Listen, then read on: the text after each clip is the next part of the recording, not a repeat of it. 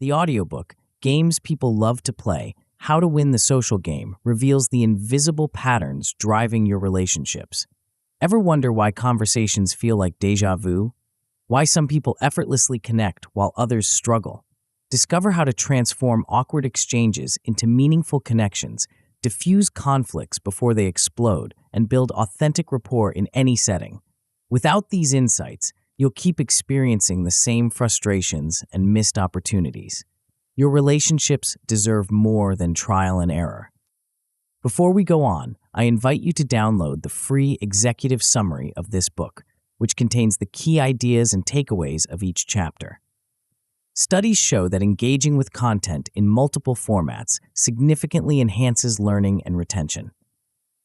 Click the first link in the description to claim your free executive summary and maximize your learning potential. It's free for now, but it won't be forever, so make sure to grab it while you can. Chapter 1. Spot Scripts. Have you ever found yourself in a conversation that feels eerily familiar? The same argument with your partner that seems to replay on a loop. That recurring tension with your colleague that follows an identical pattern every time. The family dinner discussion that somehow always derails at the exact same moment. These aren't coincidences. They're scripts, and they're running your social life without your permission. Most of us move through our days unaware of the invisible patterns governing our interactions. We react to triggers, fall into predictable roles, and wonder why we keep experiencing the same frustrations. But what if you could see these scripts unfolding in real time? What if you could recognize the moment a harmful pattern begins and choose a different response? This is the power of developing your pattern radar, the ability to spot conversational scripts as they unfold and consciously decide whether to follow them or break free. Think of scripts as pre-written dialogues that play out between people. They're like social software running in the background of your relationships, determining how you respond to others and how they respond to you. Some scripts serve you well, creating harmony and connection. Others trap you in cycles of conflict, resentment, or emotional distance. The fascinating truth is that these scripts follow predictable structures based on which part of ourselves is doing the talking.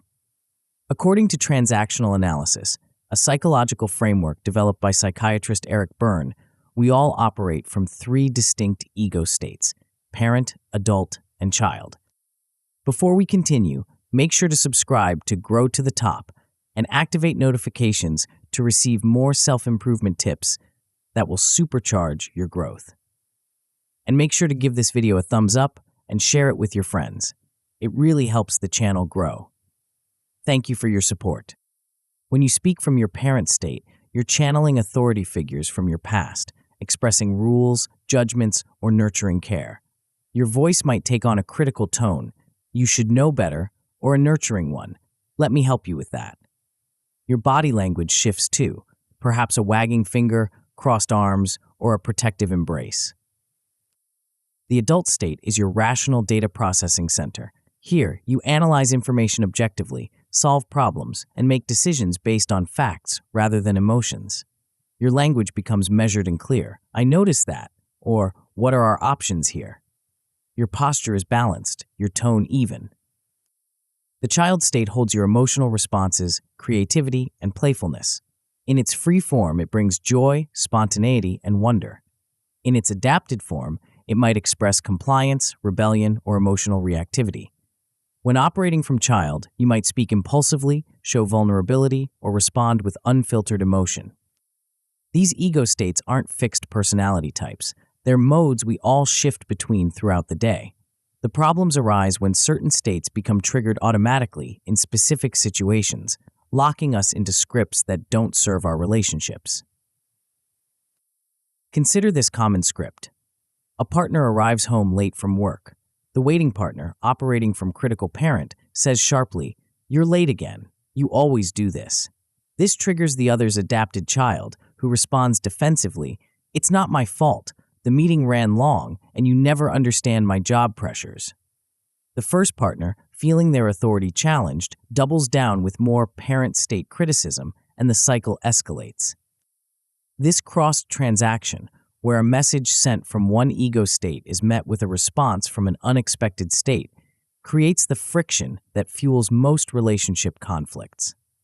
Had the waiting partner operated from adult instead, "I notice you're late and I'm feeling concerned," they might have received an adult response, "Yes, the meeting ran over. I should have texted you," creating a complementary transaction that keeps communication flowing smoothly. The key insight is that these scripts aren't random. They follow patterns we can learn to recognize. Research confirms the power of this awareness. A 2024 study of 242 adults found that people who correctly identified their conversation partner's ego state during interactions scored 34% higher on measures of conversational clarity and rated their exchanges significantly warmer. Korean medical researchers discovered that students with an overactive adapted child state showed markedly lower scores across all communication skill dimensions. And a European study demonstrated that managers trained to recognize ego states resolved workplace conflicts 19% faster than untrained colleagues. But recognition is just the first step. The real transformation happens when you develop the ability to shift states consciously rather than reactively. This is where your pattern radar becomes invaluable. To build this radar, start by becoming familiar with the telltale signs of each ego state. Parent state language often includes absolutes and judgments. Always, never, should, must. The body language might involve pointing fingers, hands on hips, or a protective stance. The tone can be authoritative, disapproving, or nurturing. Adult state communication is marked by factual observations, open questions, and problem-solving language. "I notice. What options do we have? Let's consider the facts." The posture is balanced, with open body language and steady eye contact. The tone remains even and measured. Child state indicators include emotional language, impulsivity, and expressions of desire. "I want," "I feel," "it's not fair." Body language might show excitement, withdrawal, or emotional reactivity, arms waving, shoulders hunched, eyes downcast or wide with wonder. Environmental factors can trigger specific ego states too. Time pressure often activates critical parent or adapted child. Public settings might prompt adapted child compliance. High-stakes situations can push us into parent state control or child state anxiety. Once you can identify these states in yourself and others, you can begin mapping the transactions between them. Complementary transactions, where the response comes from the expected ego state, maintain smooth communication. Adult-to-adult exchanges share information efficiently. Nurturing parent-to-free child interactions can create supportive coaching moments. Cross-transactions, however, create communication breakdowns. A critical parent message met with free child rebellion leads to power struggles. An adapted child plea for reassurance met with adult analysis feels cold and dismissive. Perhaps most insidious are ulterior transactions, where the words might sound adult-like, but a hidden psychological message operates underneath. "I'm just trying to help" might verbally sound like nurturing parent, but carry a critical parent subtext of "because you're clearly incompetent." The pattern radar you're developing allows you to spot these dynamics in real time. When you feel a conversation heading into familiar, unproductive territory, you can pause, take a breath, and consciously choose a different response, typically shifting toward the adult state to de-escalate tension. This isn't about manipulating others. It's about interrupting harmful scripts and creating space for more productive exchanges. By shifting your own ego state, you invite others to shift theirs as well. To strengthen your pattern radar, try this practical exercise. For the next 24 hours, maintain a script log. Each time you notice a familiar conversational pattern emerging, note which ego states are active for each person involved. Rate the emotional impact of the exchange on a scale of 1 to 10. This simple awareness practice often reveals surprising patterns in your daily interactions. Next, practice the ego state shift drill. When you feel yourself triggered into parent or child, pause for a moment. Take a deep breath, then consciously shift to adult by asking a neutral information-seeking question. What outcome are we both hoping for here? This simple reset can transform the trajectory of a difficult conversation.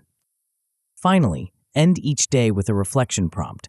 Which scripts served me well today? Which ones trapped me, and why? This builds the metacognitive awareness that allows you to rewrite unhelpful scripts over time. As you develop this skill, you'll notice profound changes in your relationships. Conflicts resolve more quickly. Conversations feel more satisfying. You'll find yourself less reactive and more responsive, able to choose your communication approach rather than being driven by automatic patterns. A systematic review of 17 transactional analysis interventions found consistent improvements in interpersonal competence among participants. The research is clear. Becoming aware of conversational scripts and ego states significantly enhances relationship quality. This pattern-spotting ability forms the foundation for all the skills we'll explore in subsequent chapters. Once you can recognize the scripts running your social interactions, you gain the power to rewrite them. You move from unconscious reaction to conscious choice, the first essential step in mastering the social game. As your pattern radar strengthens, you'll start noticing not just the scripts themselves, but the subtle cues that trigger them. A certain tone of voice, a familiar phrase, even specific environments can activate your parent or child state automatically. By identifying these triggers, you gain even more control over your responses. The most powerful aspect of developing this awareness is that it works even when others aren't familiar with these concepts. You don't need everyone in your life to understand ego states and transactions. Your unilateral shift can transform the entire dynamic. Think of it as learning to read the invisible social code that's been influencing your relationships all along. Once you see it, you can't unsee it. And once you can spot these patterns in real time, you gain the freedom to choose whether to follow the script or write a new one. But pattern recognition is just the beginning. Once you can spot scripts reliably, you'll need tools to create healthier exchanges, ways to give and receive the recognition all humans crave without falling into manipulative games. In the next chapter, we'll explore how to build these positive strokes that fuel connection and trust, transforming your social interactions from depleting exchanges into energizing encounters that leave both parties feeling valued and seen. Chapter 2. Build strokes. Have you ever noticed how a single comment can make or break your day? The casual compliment from a stranger that leaves you walking taller. The thoughtful message from a friend that warms you hours later. Or conversely, that dismissive remark that somehow manages to replay in your mind on endless loop, draining your confidence with each repetition. These moments of recognition, or lack thereof, shape our emotional landscape more profoundly than most of us realize. They form the invisible currency of our social exchanges, determining whether we feel valued, connected, and secure in our relationships, or perpetually hungry for validation. What if you could master this hidden economy of social recognition? What if, instead of being at the mercy of others' attention, you could build a sustainable system that keeps you emotionally nourished, regardless of external circumstances? This is the power of understanding what psychologists call strokes, those brief moments of acknowledgement that signal our existence matters to others. But not all strokes are created equal, and how we seek, receive, and give them determines whether they enrich our lives or leave us in a perpetual state of emotional bankruptcy. In today's hyper-connected world, we've created unprecedented ways to exchange recognition. Every like, comment, and share represents a microstroke, a tiny hit of acknowledgement. Yet paradoxically, many people feel more starved for meaningful recognition than ever before. They refresh their screens compulsively, hoping the next notification will satisfy a hunger that only grows more intense with each digital morsel. A 2024 survey revealed that heavy dependence on social media validation correlates with 31% higher social anxiety scores.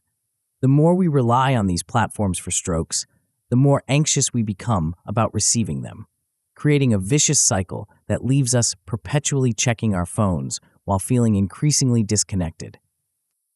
Why does this happen? To understand, we need to explore what strokes actually are and how they function in our psychological economy. In transactional analysis, a stroke is defined as the smallest unit of social recognition. Just as physical touch nourishes infants, these psychological touches nourish our emotional well-being throughout life. We need them to thrive, quite literally. Studies show that people deprived of meaningful social recognition experience stress responses similar to physical pain. Strokes come in various forms. Positive strokes affirm our worth and capabilities. I appreciate how you handled that situation, or your perspective is valuable to me. Negative strokes, while still acknowledging our existence, carry criticism or disapproval. You always mess this up, or why can't you be more like your sister?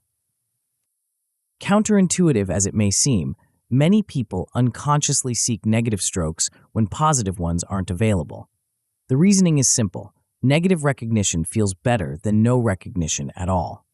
This explains why some relationships fall into patterns of conflict. The drama ensures a steady flow of strokes, even if they're painful ones. Even more insidious are what we might call counterfeit strokes, the shallow, automated, or manipulative forms of recognition that dominate many social exchanges. The obligatory "looking great" comment, the humble brag designed to fish for compliments. The performative public praise meant more for audience approval than genuine acknowledgement.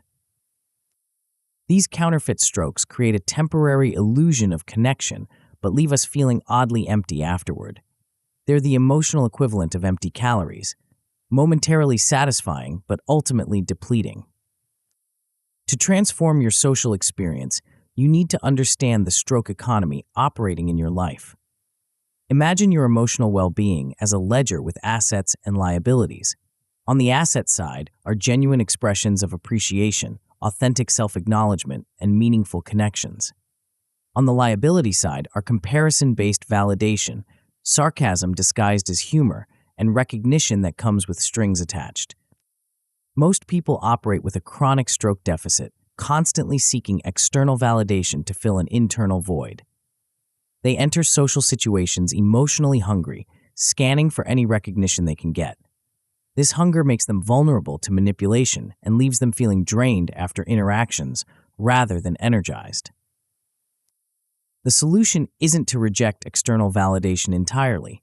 We're social creatures who naturally thrive on healthy interpersonal recognition.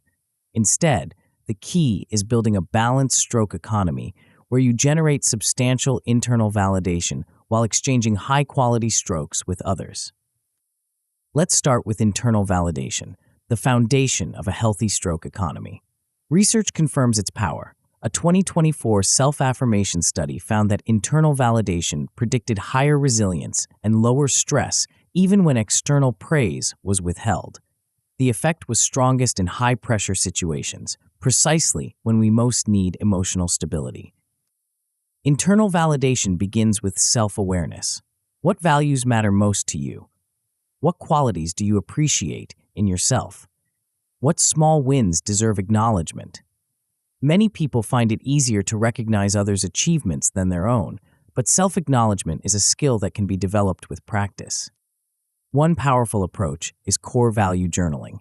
Identify 3 to 5 values central to your identity, perhaps honesty, creativity, compassion, courage, or growth. Each day, note one small way you express these values in action. This creates a direct line between your deepest values and your daily behavior, reinforcing your sense of living authentically. Another practice that might initially feel uncomfortable but grows more natural with repetition is mirror affirmation. Stand before a mirror and speak to yourself with the same kindness you'd offer a good friend. Start with simple acknowledgments. You handled that difficult conversation with patience, or I appreciate your effort to try something new today. The key to making this practice effective rather than cringeworthy is specificity and sincerity. Vague, grandiose affirmations often ring hollow. Instead, focus on concrete behaviors and their impact. When you took time to listen to your colleague today, you demonstrated real empathy. That's something I value about you. Gratitude practices further strengthen your internal stroke bank. A meta-analysis of 87 gratitude interventions showed they consistently improved life satisfaction and reduced depressive symptoms. The simplest approach is a daily 3 tiny wins exercise. taking 90 seconds to acknowledge 3 small positive moments or accomplishments from your day. As your internal validation grows stronger, you'll find yourself entering social situations from a place of sufficiency rather than scarcity. This shift transforms how you both give and receive external strokes, the recognition exchanged between people. The art of giving high-impact strokes involves precision and authenticity. The most powerful acknowledgments follow a simple formula. They name a specific behavior, its positive impact, and what it reveals about the person's identity or values. For example, rather than a generic, "good job on that presentation," you might say, "The way you simplified that complex data made it accessible to everyone in the room. It showed your genuine commitment to making sure everyone understands, not just impressing people with your knowledge." This precision transforms a casual compliment into meaningful recognition that affirms the person's deeper qualities. It demonstrates that you're truly seeing them, not just performing the social ritual of praise. Nonverbal strokes can be equally powerful. An attentive listening posture, a warm smile, an appropriate touch on the arm or shoulder in the right context. Even digital strokes can carry genuine acknowledgement when they're specific and thoughtful rather than automatic. Receiving strokes skillfully is just as important as giving them. Many people deflect compliments or acknowledgement either from false modesty or genuine discomfort with recognition. This deflection doesn't serve anyone. It denies the giver the pleasure of acknowledging you and prevents you from absorbing the positive impact. A more effective approach is the "thank you, tell me more" technique. When someone offers recognition, simply thank them, then invite elaboration. "That means a lot to me. What specifically did you find helpful about it?" This allows you to fully receive the stroke while deepening the exchange. The most sophisticated skill is converting external praise into internal affirmation. When someone acknowledges a quality in you, mentally note it as evidence of that quality rather than depending on their continued recognition of it. This way, external strokes strengthen your internal validation rather than creating dependency. Neuroscience offers fascinating insights into why authentic strokes feel so rewarding. Genuine social recognition triggers oxytocin release, often called the trust hormone, which promotes bonding and cooperation. A 2024 study found that oxytocin increased willingness to share resources by 18% and improved emotional recognition, especially in first-time interactions. This creates a 30-minute trust window after meaningful recognition where people are more open to connection and collaboration. Timing your most important conversations or requests within this window can significantly enhance receptivity. As you become more conscious of strokes in your interactions, you can begin designing positive feedback loops that benefit everyone involved. The PERMA model from positive psychology offers a useful framework, suggesting that well-being encompasses 5 dimensions: positive emotions, engagement, relationships, meaning, and accomplishment. Different types of strokes nourish different dimensions. Acknowledging someone's joy or enthusiasm feeds positive emotions. Recognizing their focus or flow state supports engagement. Affirming your connection strengthens relationships. Highlighting the purpose of their work enhances meaning. Celebrating their progress or achievements reinforces accomplishment. By consciously varying the strokes you give across these dimensions, you create a more complete form of recognition that supports holistic well-being. An 8-week PERMA education trial demonstrated this effect, showing that university students who learned to exchange recognition across these dimensions experienced a 22% improvement in relationship quality compared to controls. To implement these insights practically, consider adopting a simple stroke budget approach. Imagine you have 10 tokens of recognition to distribute each day, 5 for yourself and 5 for others. This mental accounting helps ensure you're neither neglecting self-acknowledgement nor failing to nourish important relationships. At the end of each day, conduct a quick audit. Did you maintain a balanced stroke economy today, or are you running a deficit? Which relationships received healthy recognition and which might need more attention tomorrow?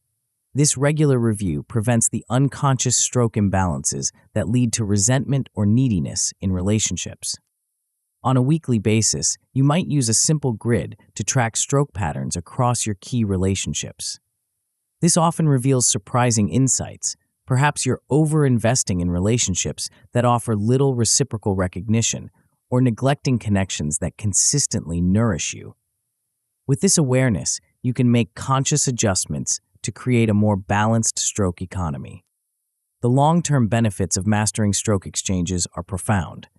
Research across 17 studies shows that people trained in healthy recognition patterns report significantly improved communication warmth and relationship satisfaction. They develop what we might call default optimism, a generally positive outlook that persists even through challenges. They also tend to develop a kind of magnetic presence. People naturally gravitate toward those who offer genuine, high-quality recognition without neediness or manipulation.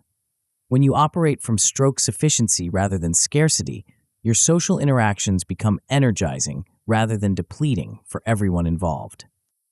Perhaps most valuable in today's digital landscape, stroke mastery creates a kind of platform immunity, the ability to engage with social media as a playground for connection rather than a validation drip you depend on for emotional survival.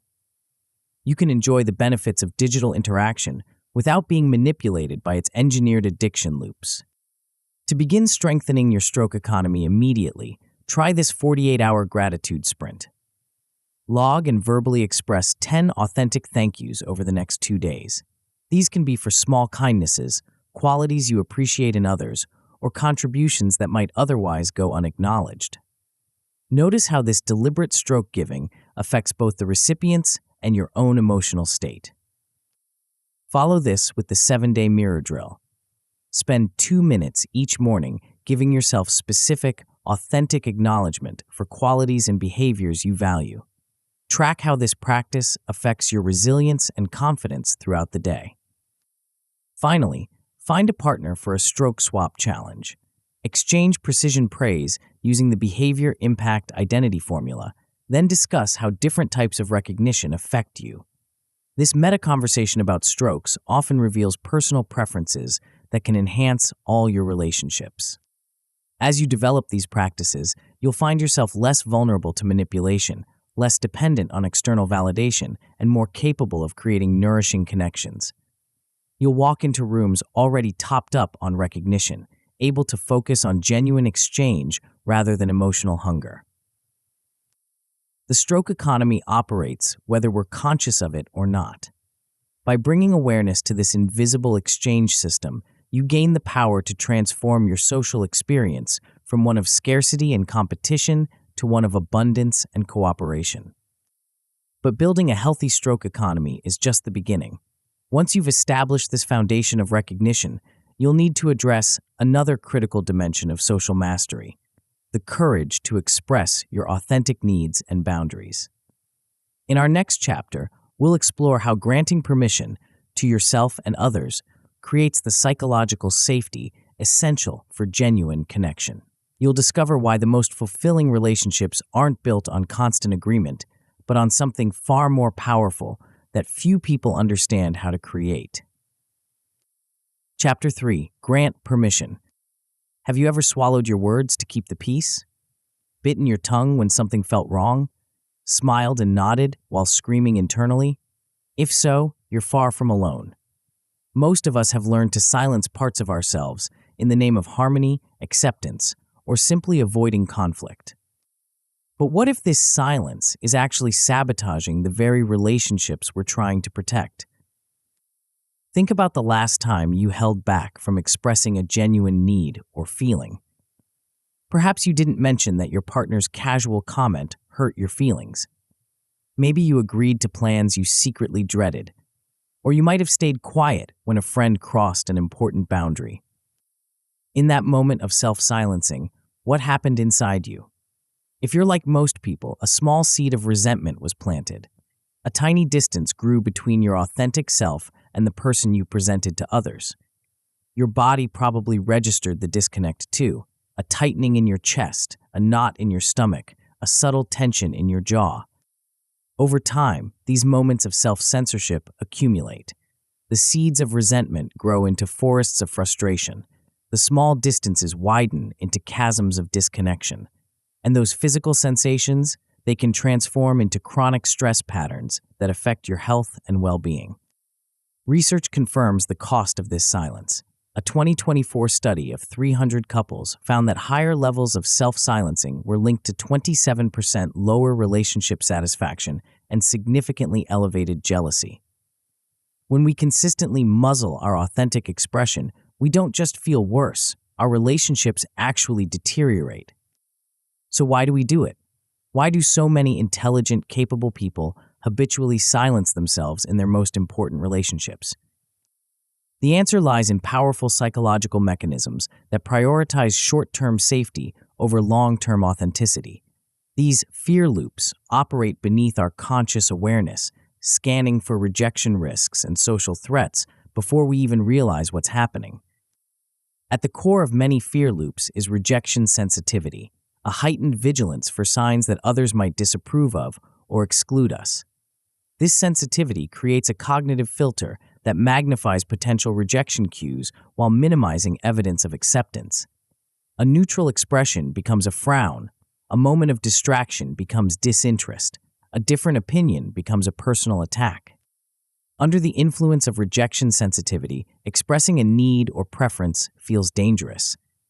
Your brain calculates that the risk of potential rejection outweighs the benefit of authentic expression, so you default to silence or agreement, even when it goes against your true feelings. Modern social environments often amplify these fears. In an era where opinions can be broadcast instantly and public shaming is just a tweet away, the stakes of speaking up can feel extraordinarily high. Even in private relationships, the ghost of social judgment often hovers over our conversations, whispering cautions about what's acceptable to express. Cultural and family scripts further reinforce this silence. Many of us were raised with explicit or implicit messages about not rocking the boat. We absorbed rules about which emotions were appropriate to express and which should remain hidden. We learned that certain topics were off limits and certain questions shouldn't be asked. These messages often came with gendered expectations around voice.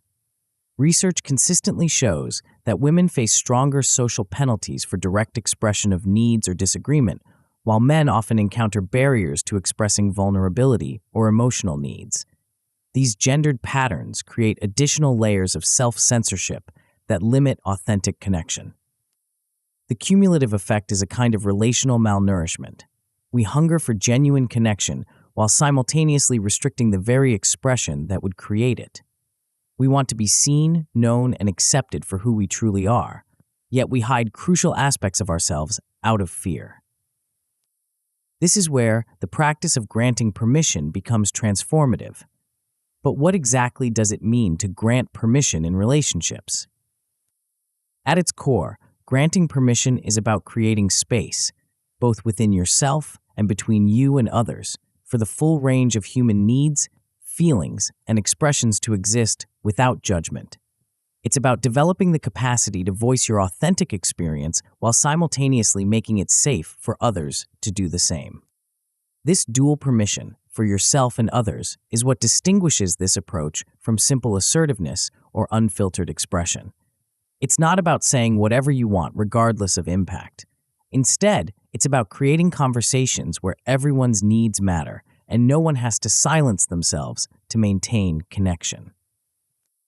The foundation of this practice lies in understanding the anatomy of permission, the components that make authentic expression both possible and productive. The first element is a rich vocabulary for identifying and expressing needs. All humans share certain fundamental needs for connection, autonomy, meaning, play, rest, contribution, and physical well-being, among others. When these needs go unmet, we experience distress, often manifesting as irritation, anxiety, or withdrawal. Yet many of us have never learned to identify these needs clearly, let alone express them directly. Instead, we tend to focus on strategies for meeting needs rather than the needs themselves.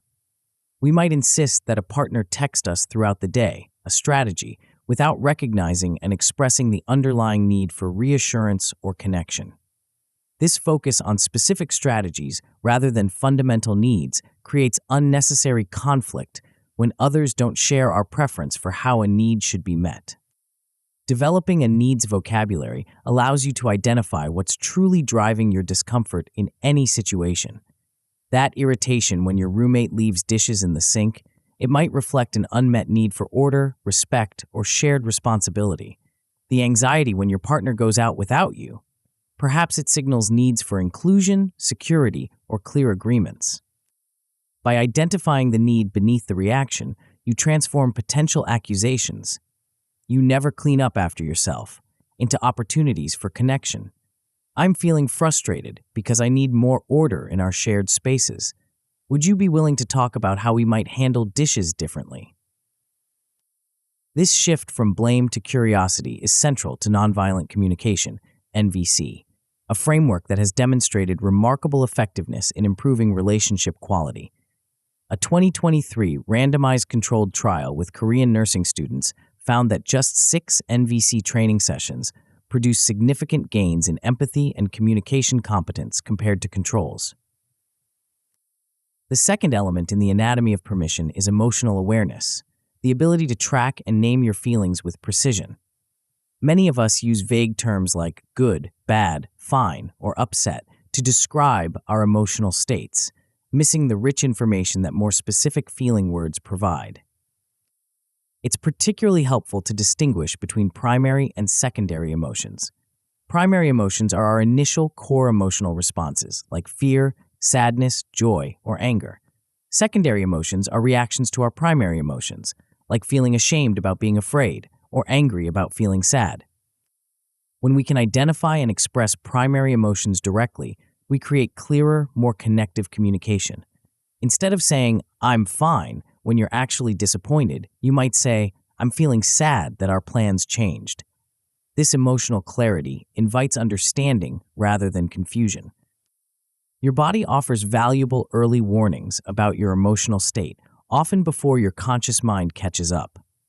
Tension in your shoulders, a racing heart, shallow breathing, or a clenched jaw can signal that something important needs attention. By tuning into these physical cues, you gain precious moments to choose your response rather than reacting automatically. The third element is making clear, specific requests that focus on observable behaviors rather than attitudes or feelings. Instead of asking someone to care more, which they can't directly control, you might request that they text when running more than 15 minutes late, a concrete action they can choose to take. Framing requests with "would you be willing" language emphasizes choice and collaboration rather than demand. This subtle shift creates space for genuine agreement rather than compliance or resistance. For permission to flourish, psychological safety must be present. This term describes an environment where people feel they can speak up, take risks, and be vulnerable without fear of punishment or humiliation. Research consistently shows that high psychological safety predicts better outcomes across contexts, from workplace innovation to relationship satisfaction. You can actively create psychological safety through verbal and nonverbal signals. Verbally, ensure relatively equal airtime in conversations and ask genuine questions that show interest in others' perspectives. Nonverbally, maintain an open posture, offer appropriate nodding to show engagement, and calibrate eye contact to a comfortable level for the specific relationship and cultural context. A 2024 psychological safety report found that people in high-safety environments were twice as likely to report strong personal relationships and open conflict resolution. By consciously building safety signals into your interactions, you make it easier for authentic expression to emerge. Being assertive without becoming aggressive is another crucial skill in granting permission. Clear boundary language helps others understand your limits without feeling attacked. Statements like, "I'm unavailable for that," or "I prefer to discuss this when we're both calm," establish boundaries directly without blame or justification. When boundaries face repeated pushback, the broken record technique can be effective. calmly restating your position without escalating or backing down. I understand you'd like to continue this discussion now, but as I said, I need some time to collect my thoughts first. I'll be ready to talk about it tomorrow. Tone management is equally important. Under stress, many people unconsciously raise their volume, speed up their speech, or adopt a harsh tone that triggers defensiveness in others. By consciously modulating these elements, speaking at a measured pace, maintaining a calm volume, and choosing a neutral tone, you can express difficult truths without activating others' threat responses. A helpful formula combines emotion labeling with solution framing. I'm feeling frustrated right now, emotion label, and I need a short break before we continue this conversation, solution frame. This approach acknowledges your feelings while moving toward resolution rather than escalation. Self-disclosure, sharing personal information, thoughts, and feelings, is a powerful tool for building intimacy when calibrated appropriately. The onion model of self-disclosure suggests that relationships deepen gradually through progressive layers of sharing, from surface facts to opinions to fears and dreams. Matching disclosure depth to relationship stage creates comfortable intimacy development. Sharing your deepest insecurities with someone you just met often feels intrusive rather than connecting, while keeping long-term relationships at a surface level prevents meaningful bonding. The reciprocity rule offers guidance for balanced sharing. Offer a disclosure, pause to allow response, then invite the other person's perspective or experience. This rhythm prevents one-sided oversharing while creating natural opportunities for mutual vulnerability. For moments when conversation ventures into uncomfortable territory, having a pre-established safe word or phrase allows either person to signal a need to pause or shift topics without detailed explanation. This creates a safety valve that actually enables more openness, since both people know they can step back if needed. A 2024 meta-analysis confirmed that calibrated self-disclosure consistently predicts intimacy growth across various relationship types. The famous 36 questions paradigm, developed by psychologist Arthur Aaron, demonstrates this principle in action. Progressive personal questions that synchronize disclosure pace have been shown to accelerate perceived closeness between even complete strangers. To implement these concepts practically, consider creating a simple 4-step pocket card summarizing the nonviolent communication sequence. Observation, what happened without judgment. Feeling, your emotional response. Need, the universal human need affected. And request, the specific action you're asking for. For example, when meetings run past the scheduled end time, observation, I feel anxious, feeling, because I need predictability in my schedule, need. Would you be willing to assign a timekeeper for our next meeting? Before difficult conversations, conduct a quick safety scan of the environment, your body state, and your tone. Is the setting appropriate for this discussion? Are you physically regulated enough to communicate clearly? Is your tone aligned with your intention? Having an exit strategy if safety deteriorates allows you to pause conversations that aren't productive rather than pushing through at the cost of the relationship. To begin practicing permission immediately, try the 24-hour challenge. Verbalize one small preference you usually keep to yourself each day for the next 24 hours. This might be as simple as stating your movie preference rather than saying, I don't care, whatever you want, or expressing appreciation for something specific rather than offering generic praise. Follow this with a week-long need-feeling diary. When you notice yourself becoming irritated, anxious, or withdrawn, log the situation, the feelings that arose, and what need might be going unmet. This awareness practice often reveals patterns you can address more directly. Finally, arrange an onion share session with a trusted friend. Take turns sharing 3 disclosures of increasing depth, perhaps a fact about yourself, then an opinion you hold, then a fear or dream you carry. Discuss how the experience feels and what you learn about calibrating vulnerability. The long-term benefits of granting permission extend far beyond specific conversations. As you practice authentic expression and create safety for others to do the same, you'll likely experience reduced social anxiety and increased personal presence. Many people describe a kind of charismatic quality that emerges naturally when they stop censoring themselves and start communicating with clarity and compassion.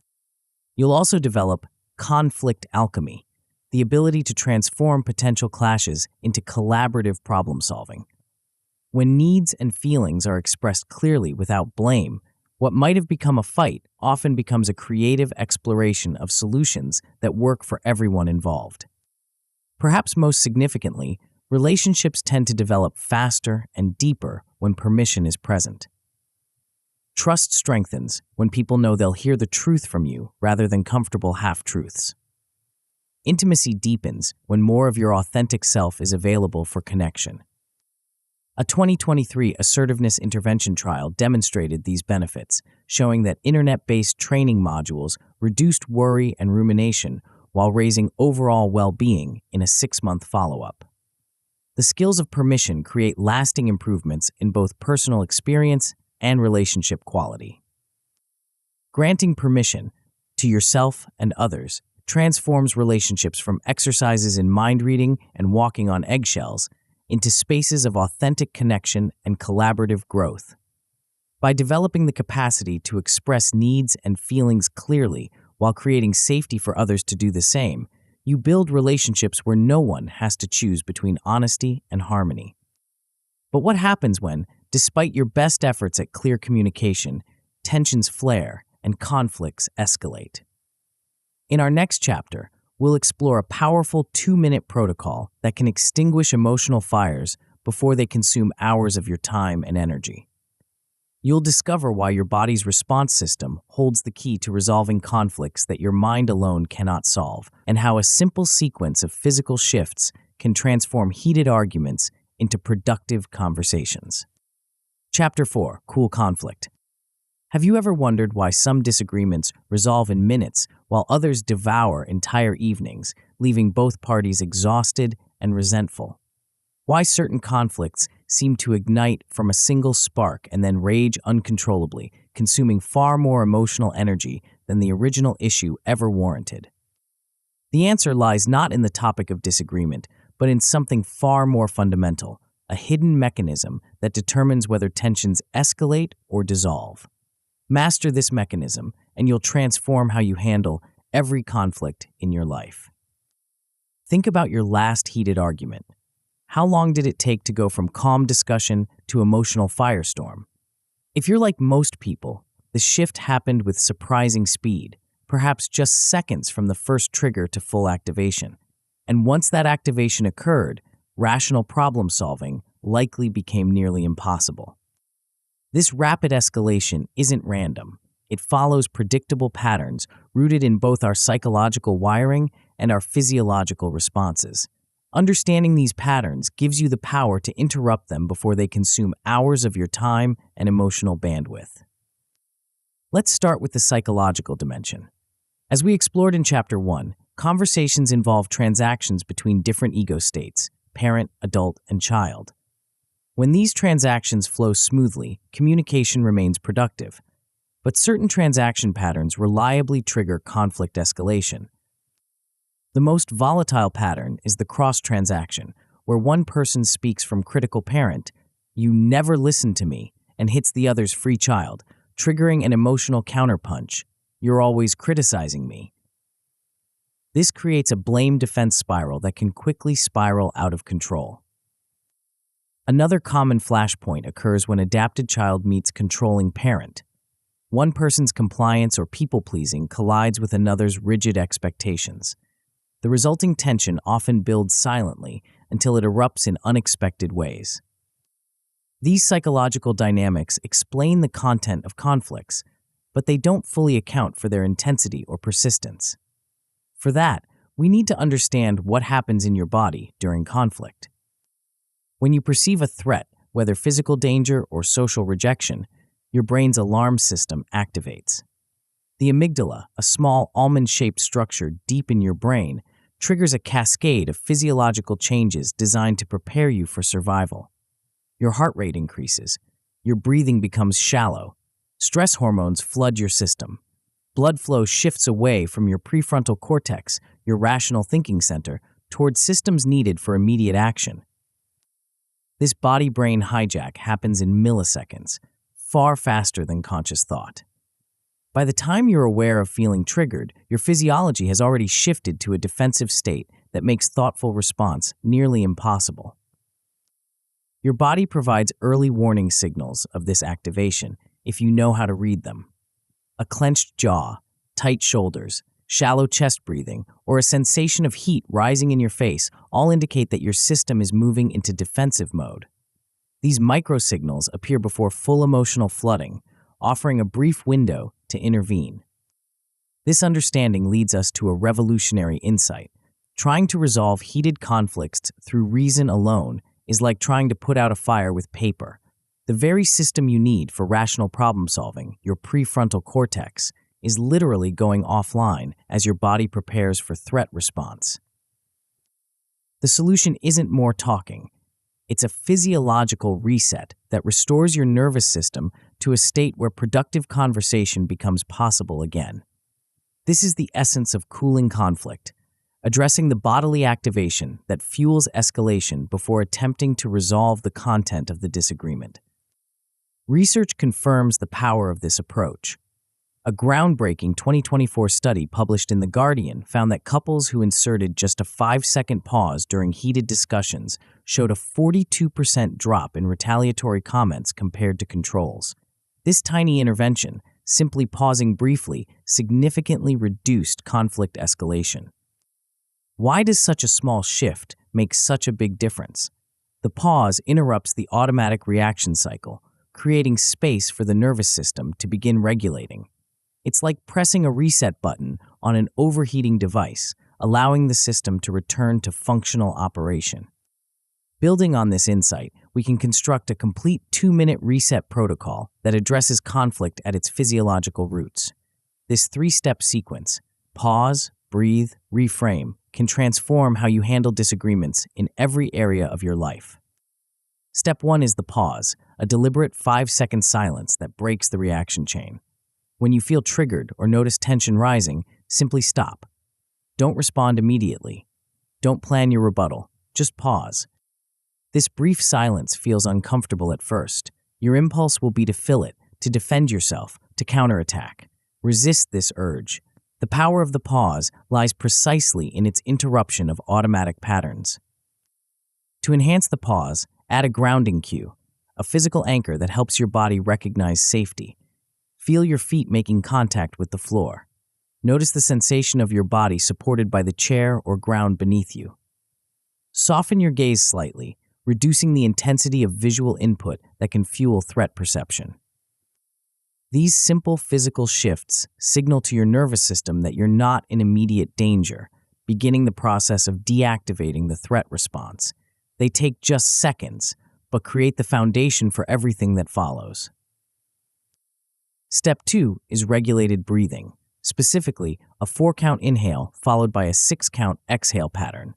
This breathing ratio has been shown to optimize heart rate variability, a key indicator of nervous system balance. The science behind this breathing pattern is fascinating. Your autonomic nervous system has 2 main branches: sympathetic, activating, and parasympathetic, calming. The sympathetic branch accelerates your heart during inhalation, while the parasympathetic branch slows it during exhalation. By making your exhales longer than your inhales, you strengthen the parasympathetic response, actively countering the stress activation. A 2023 meta-analysis found that slow-paced breathing, fewer than 6 breaths per minute, consistently decreased cortisol levels and self-reported anxiety. The 4-in, 6-out pattern achieves exactly this optimal breathing rate, creating physiological conditions for calm, clear thinking. For enhanced effect, you can add a gentle humming sound during the exhale. This subtle vibration stimulates the vagus nerve, the main pathway of your parasympathetic nervous system. The resulting vagal tone further accelerates your return to a regulated state.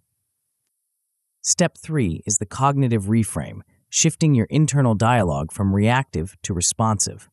Once the pause and breath have created physiological space, you can redirect your thinking toward the adult ego state. Ask yourself, what outcome do we both want here? This question moves you from positional thinking, I need to win this argument, to interest-based thinking, what are we really trying to accomplish? It activates your prefrontal cortex, bringing your rational capabilities back online. Follow this internal reframe with an external one, a neutral, clarifying question that shifts the conversation tone. Help me understand what's most important to you about this. Or, I'm curious about what this looks like from your perspective. Invites the other person to join you in adult state problem solving rather than continued parent-child conflict.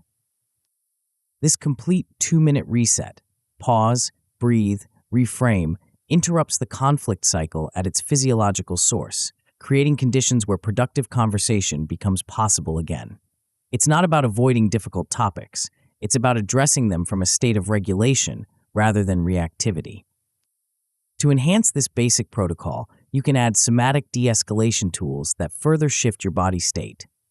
Open posture drills counteract the defensive body language that often accompanies conflict. Roll your shoulders back and down, allowing your chest to open. Turn your palms outward or upward in a gesture of receptivity rather than defense. Research published in 2024 found that adopting open, upright postures during cognitive restructuring reduced negative affect by 24% and improved problem-solving scores. Your body position doesn't just express your internal state, it helps create it. Anchoring gestures provide additional regulation support during challenging conversations. The hand-on-heart technique, simply placing your palm over your heart area, activates self-compassion networks in the brain while providing tactile reassurance. A 2024 somatic exercise review confirmed that such practices significantly reduced perceived stress and improved emotional resilience.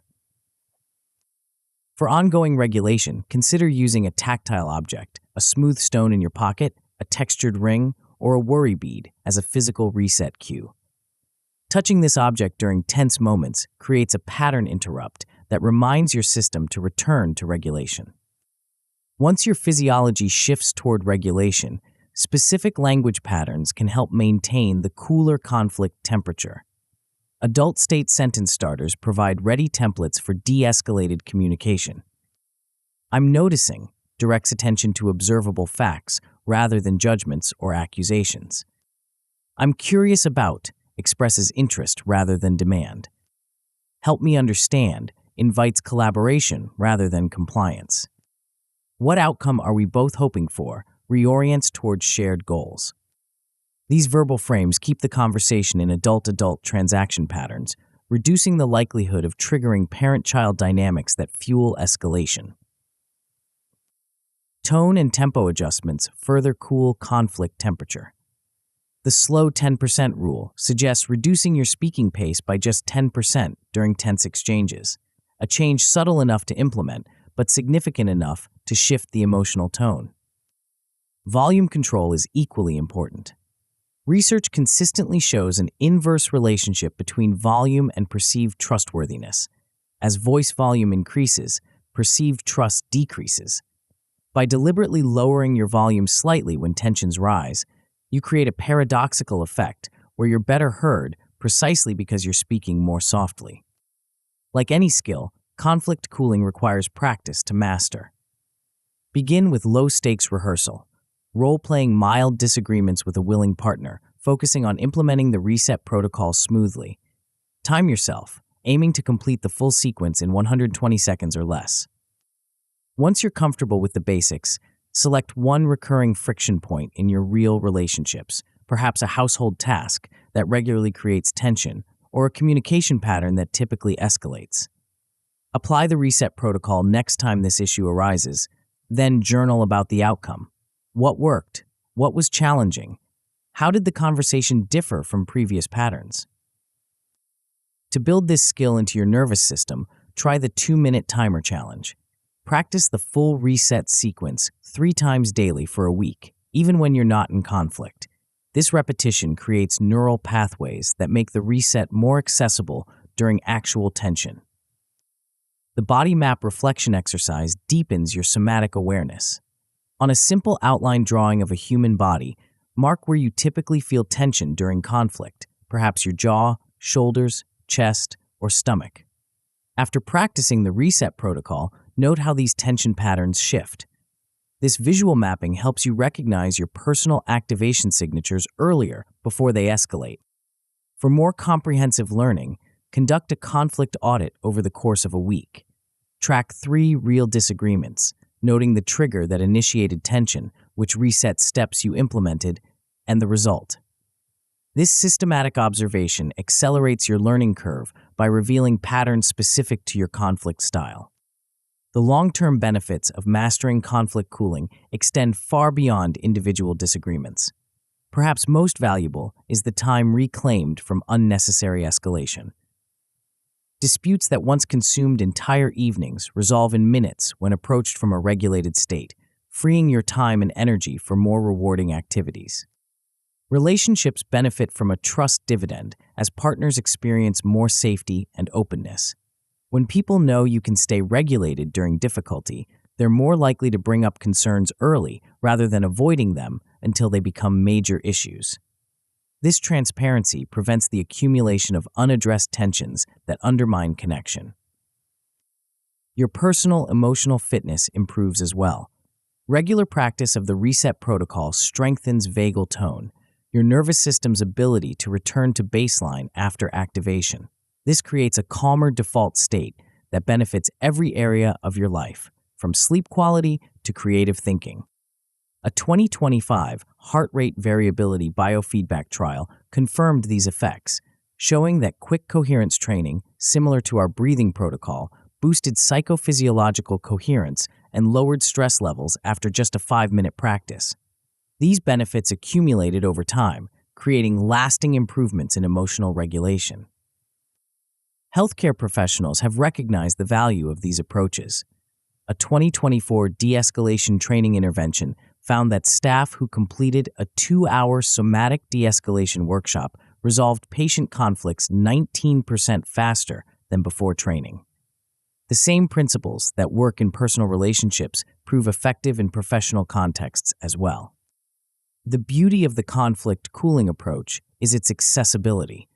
You don't need special equipment, extensive training, or the other person's cooperation to begin implementing these techniques. A unilateral shift in your physiological state often catalyzes a corresponding shift in the overall interaction, even when others aren't consciously aware of what's happening. This isn't about manipulating others. It's about creating conditions where genuine communication becomes possible.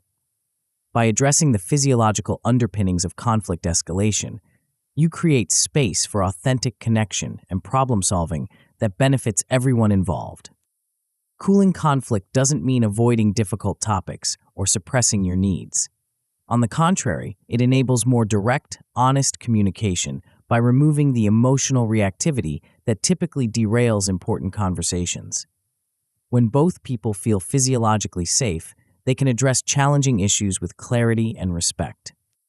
The next time you feel tension rising in a conversation, remember, your body holds the key to transformation. A brief pause, a few regulated breaths, and a cognitive reframe can shift the entire trajectory of the interaction. This simple sequence interrupts the automatic escalation patterns that have hijacked countless conversations throughout human history. With practice, you'll develop an almost intuitive sense for the early warning signs of conflict escalation, both in yourself and others. You'll catch the micro moments where intervention is most effective before full emotional flooding occurs. And you'll cultivate the capacity to maintain your center even when surrounded by others' reactivity. But what happens when the conversation moves beyond the initial tension? How do you sustain engagement once you've cooled the immediate conflict? In our next chapter, we'll explore the art of sparking curiosity, transforming mundane exchanges into opportunities for discovery and connection. You'll learn why certain conversation patterns consistently create energy and interest while others reliably drain both, and how a single shift in your approach can transform even the most routine interactions into doorways to deeper understanding. Chapter 5, Spark Curiosity. Have you ever noticed how some conversations seem to take flight while others never leave the ground? You've probably experienced both. The exchange that begins with standard pleasantries but somehow transforms into a memorable connection, and the interaction that remains stubbornly stuck in the shallow end, leaving both parties checking the time and searching for an exit. What makes the difference? What invisible force elevates certain conversations while others remain earthbound? The answer lies in a quality that's hardwired into our species, yet often dormant in our daily interactions. It's a quality that once helped our ancestors survive by exploring new territories and understanding potential allies or threats. Today, it remains one of our most powerful social tools when we remember to activate it. Think about your most recent social interactions. Perhaps you attended a gathering where you met new people, or had a video call with colleagues, or exchanged messages with friends. In how many of those exchanges did you feel genuinely energized afterward? How many left you feeling more connected rather than merely having completed a social obligation? If you're like most people, truly energizing conversations are the exception rather than the rule. Most interactions follow predictable scripts that neither challenge nor delight us. We ask the same questions. What do you do? How's work going? Give the same answers, and wonder why authentic connection feels so elusive. The problem isn't a lack of social skill. It's a failure to activate the engine that powers meaningful human connection. When this engine stalls, conversations become mechanical exchanges of information rather than opportunities for discovery and bonding.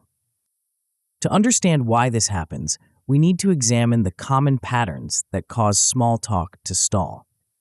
The most obvious culprit is predictable scripting, those over-rehearsed openers and canned responses we've all used countless times.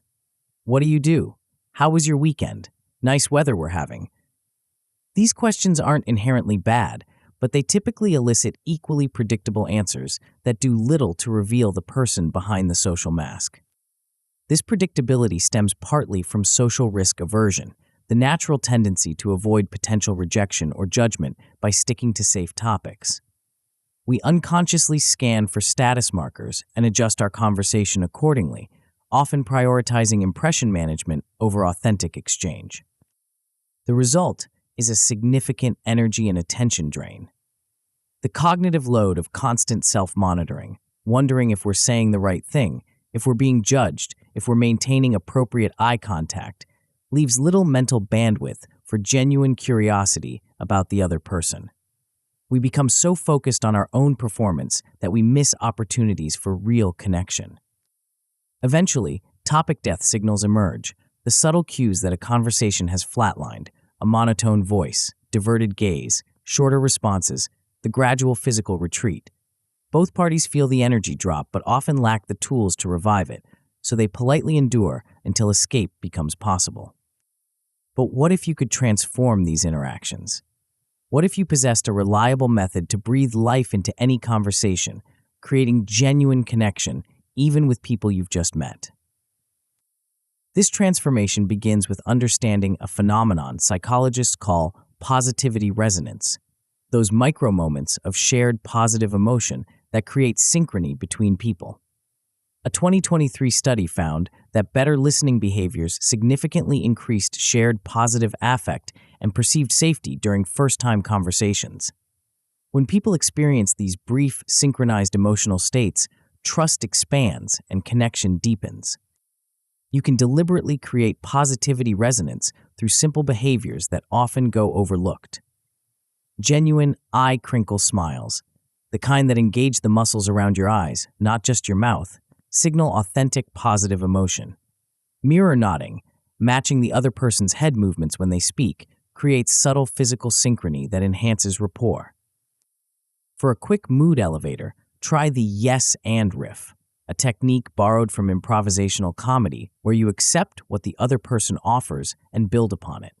When someone mentions enjoying a recent concert, instead of merely acknowledging it and moving on, you might say, "Yes, and I bet the live experience brought a whole new dimension to the music." This 40-second exchange pattern creates a collaborative energy boost that elevates the entire conversation. These moments of shared positive emotion create more than just pleasant feelings. They trigger physiological co-activation, where your nervous systems actually synchronize. Research shows that during engaging conversations, people's heart rates often align, creating a biological basis for the feeling of clicking with someone. You can deliberately trigger this synchrony through well-timed humor or by sharing light awe experiences, moments that expand perspective and create wonder. A 2024 review found that awe experiences reliably increased prosocial intentions and collective identity across 22 studies. Sharing a remarkable fact, an inspiring idea, or even a stunning image can create this effect. But positivity alone doesn't sustain conversation. For that, you need to activate the curiosity engine, the drive to discover what makes another person unique and interesting. A 2024 survey found that high interpersonal curiosity scores predicted a 29% increase in feelings of belonging after just a 10-minute chat. When people sense your genuine interest in discovering who they are, connection naturally deepens. The key is asking questions that create open loops rather than closed endpoints. Instead of, "Did you enjoy the conference?" which invites a simple yes/no, try, "What surprised you most about the conference?" This open-loop approach invites elaboration rather than conclusion.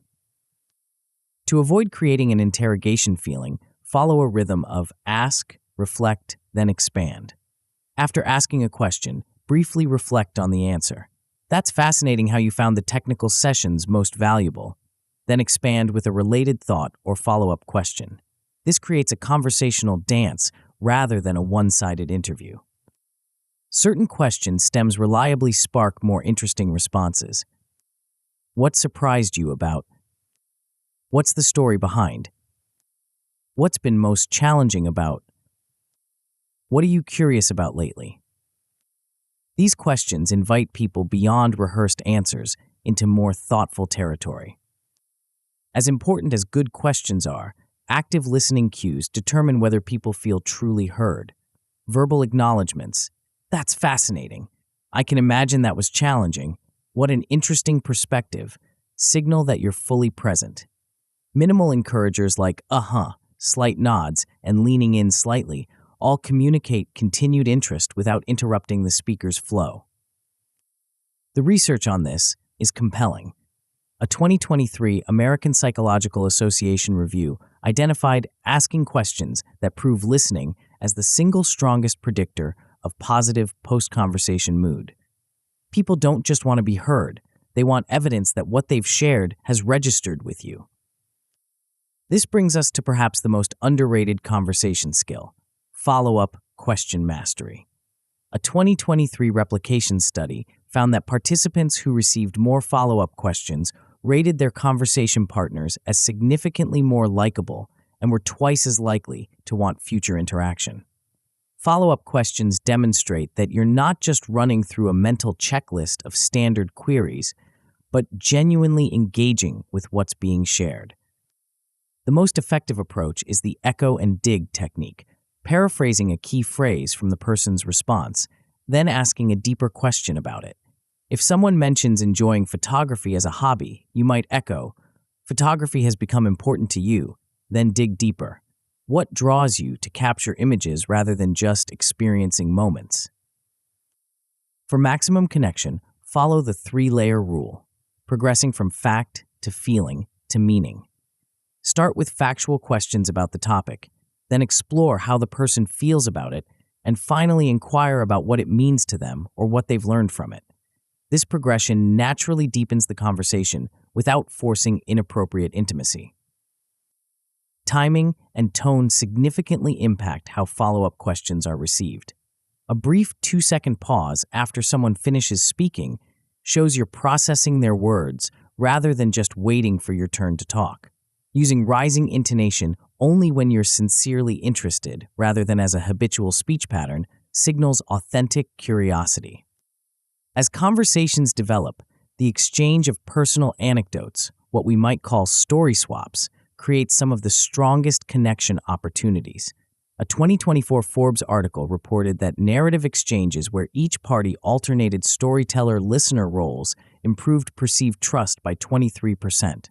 Stories reveal values, perspectives, and experiences in a way that direct statements rarely achieve. For effective personal anecdote sharing, follow a simple formula: context, challenge, insight, punchline. Begin with minimal background information, describe a challenge or turning point, share what you learned or realized, and end with a memorable conclusion or observation. Keeping initial shares under 90 seconds prevents conversation domination while still conveying something meaningful. When listening to others' stories, resist the urge to problem solve or top their experience with your own similar story. Instead, mirror the emotion they've expressed. That sounds incredibly frustrating, and spotlight them as the hero of their own narrative with questions like, "What did that moment teach you?" or "How did that experience change your perspective?" Humor creates another powerful bridge between people, especially when it references shared cultural touchpoints. A 2025 study found that sharing humorous memes heightened emotional arousal and social approval compared to non-humor controls. In text-based communication, well-timed GIFs or memes can create connection through shared amusement. The key is finding humor that connects rather than divides. Gentle, inclusive humor builds bridges, while sarcasm often creates distance. The tag team tease, where two people playfully build on each other's humor, creates particularly strong bonding, provided it's good-natured rather than cutting. To implement these principles in everyday life, consider creating a personal bridge prompt deck, a mental collection of conversation starters organized into categories that reliably create connection. Tiny Triumphs prompts invite people to share recent small wins or moments of satisfaction. Hidden Passions prompts explore interests people don't get to discuss often. Future Hopes prompts open windows into aspirations and dreams. Try the 48-hour prompt challenge. Use 3 different bridge prompts with 3 different people over the next 2 days, then reflect on how the conversation depth shifted compared to your typical exchanges.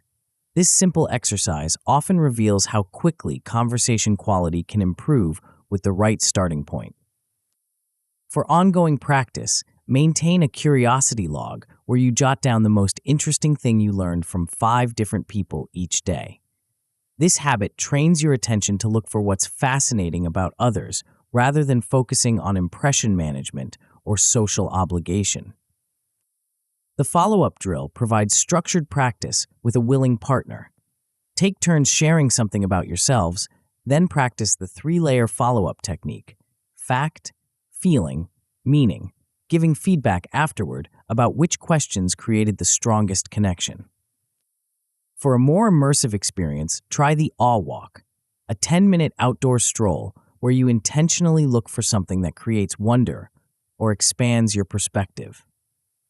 Capture this moment, mentally or with a photo, then share it with someone using a bridge prompt. This combines the connection-building power of awe with the structured approach of curiosity prompts. The long-term benefits of mastering curiosity-driven conversation extend far beyond more enjoyable social events. People who develop these skills typically experience a widening social network as conversations flow more naturally and strangers more readily convert to allies and friends. Deeper bonds form as shared stories cultivate rapid intimacy. And overall mood elevates as positivity resonance creates more frequent moments of connection and joy. A 2024 report linked high-trait curiosity to higher life satisfaction and better memory retention, suggesting that cultivating curiosity benefits not just your social life, but your overall well-being and cognitive function. The habit of interest in others creates a virtuous cycle of enriching interactions and expanded perspective. Perhaps most importantly, curiosity-driven conversation shifts the entire experience of social interaction from depletion to energization.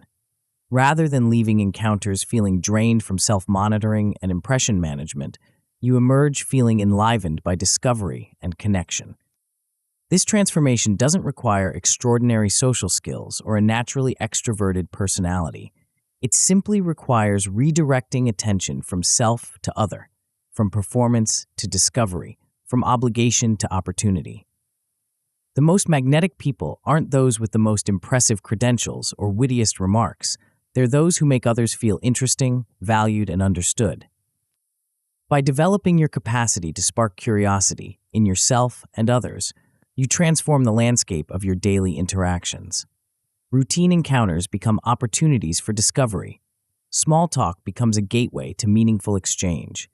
And the invisible walls that separate people begin to dissolve, revealing the fascinating complexity that exists in every person you meet. The next time you find yourself in a conversation that seems to be following the standard script, try activating just one of these approaches.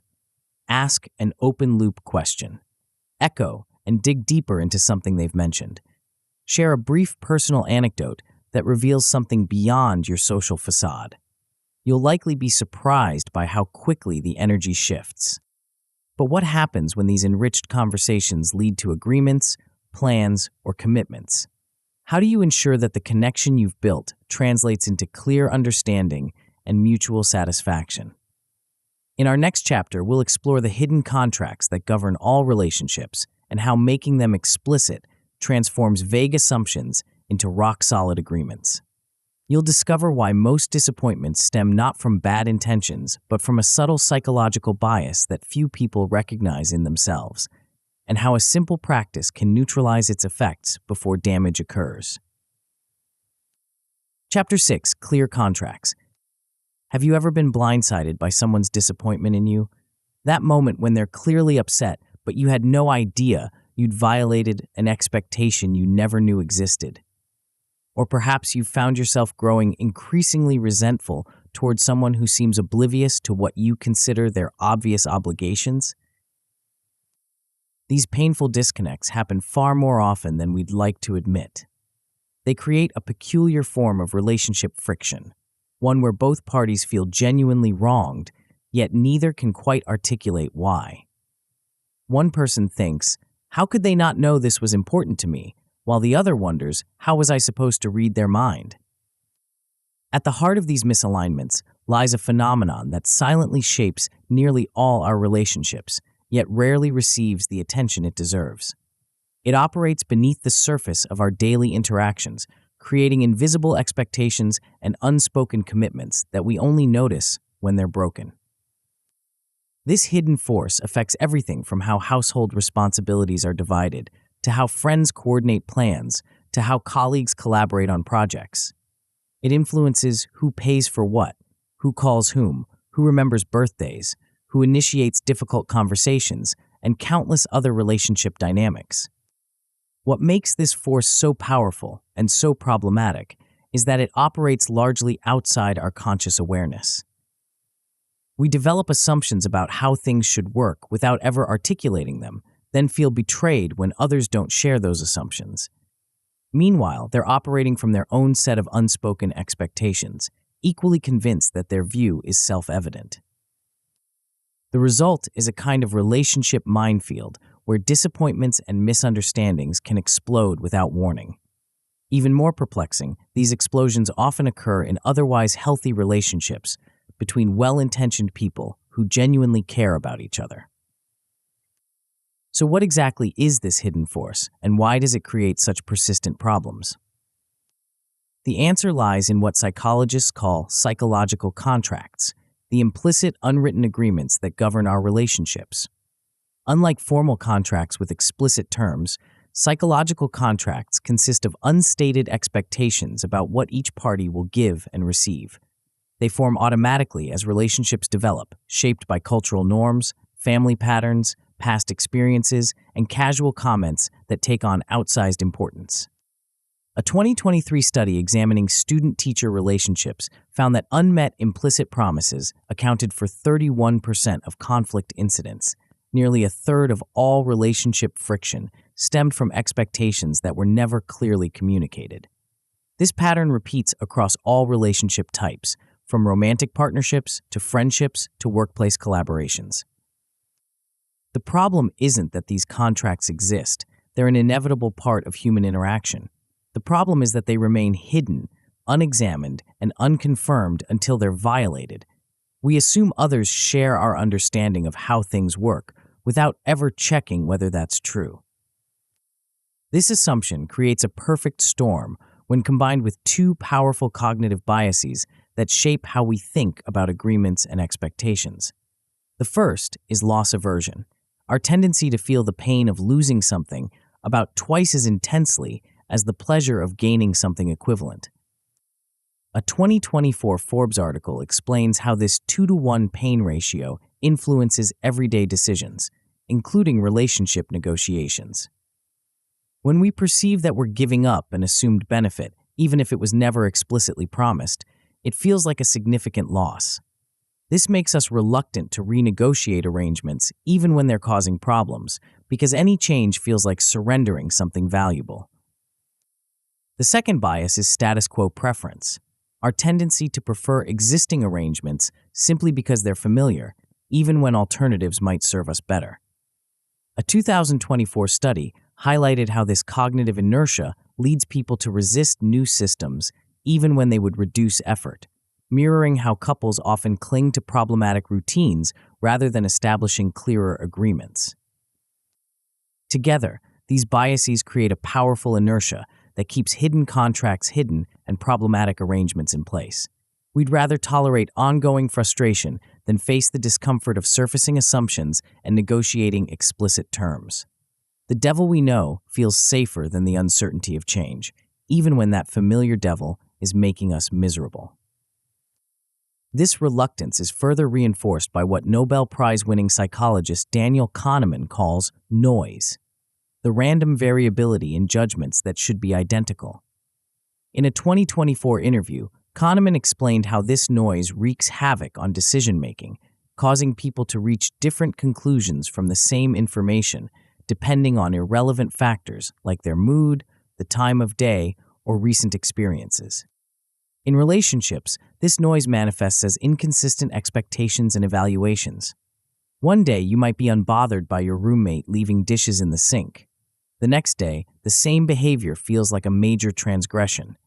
This variability makes it even harder to establish clear agreements, as the goalposts seem to shift unpredictably. The cumulative effect of these psychological forces, hidden contracts, loss aversion, status quo bias, and noisy judgment, is a relationship landscape filled with unspoken expectations, misaligned assumptions, and periodic eruptions of resentment or disappointment. Even people who communicate well in other respects often struggle with this particular challenge. But what if you could change this pattern? What if you could bring those hidden contracts into the light, examine them objectively, and transform them into clear agreements that both parties genuinely understand and accept?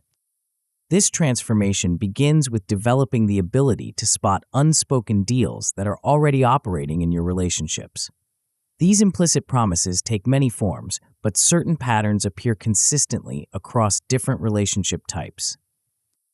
In friendships, common implicit contracts involve expectations about reciprocity. I listen to your problems, so you should listen to mine. Loyalty. You shouldn't befriend people I dislike.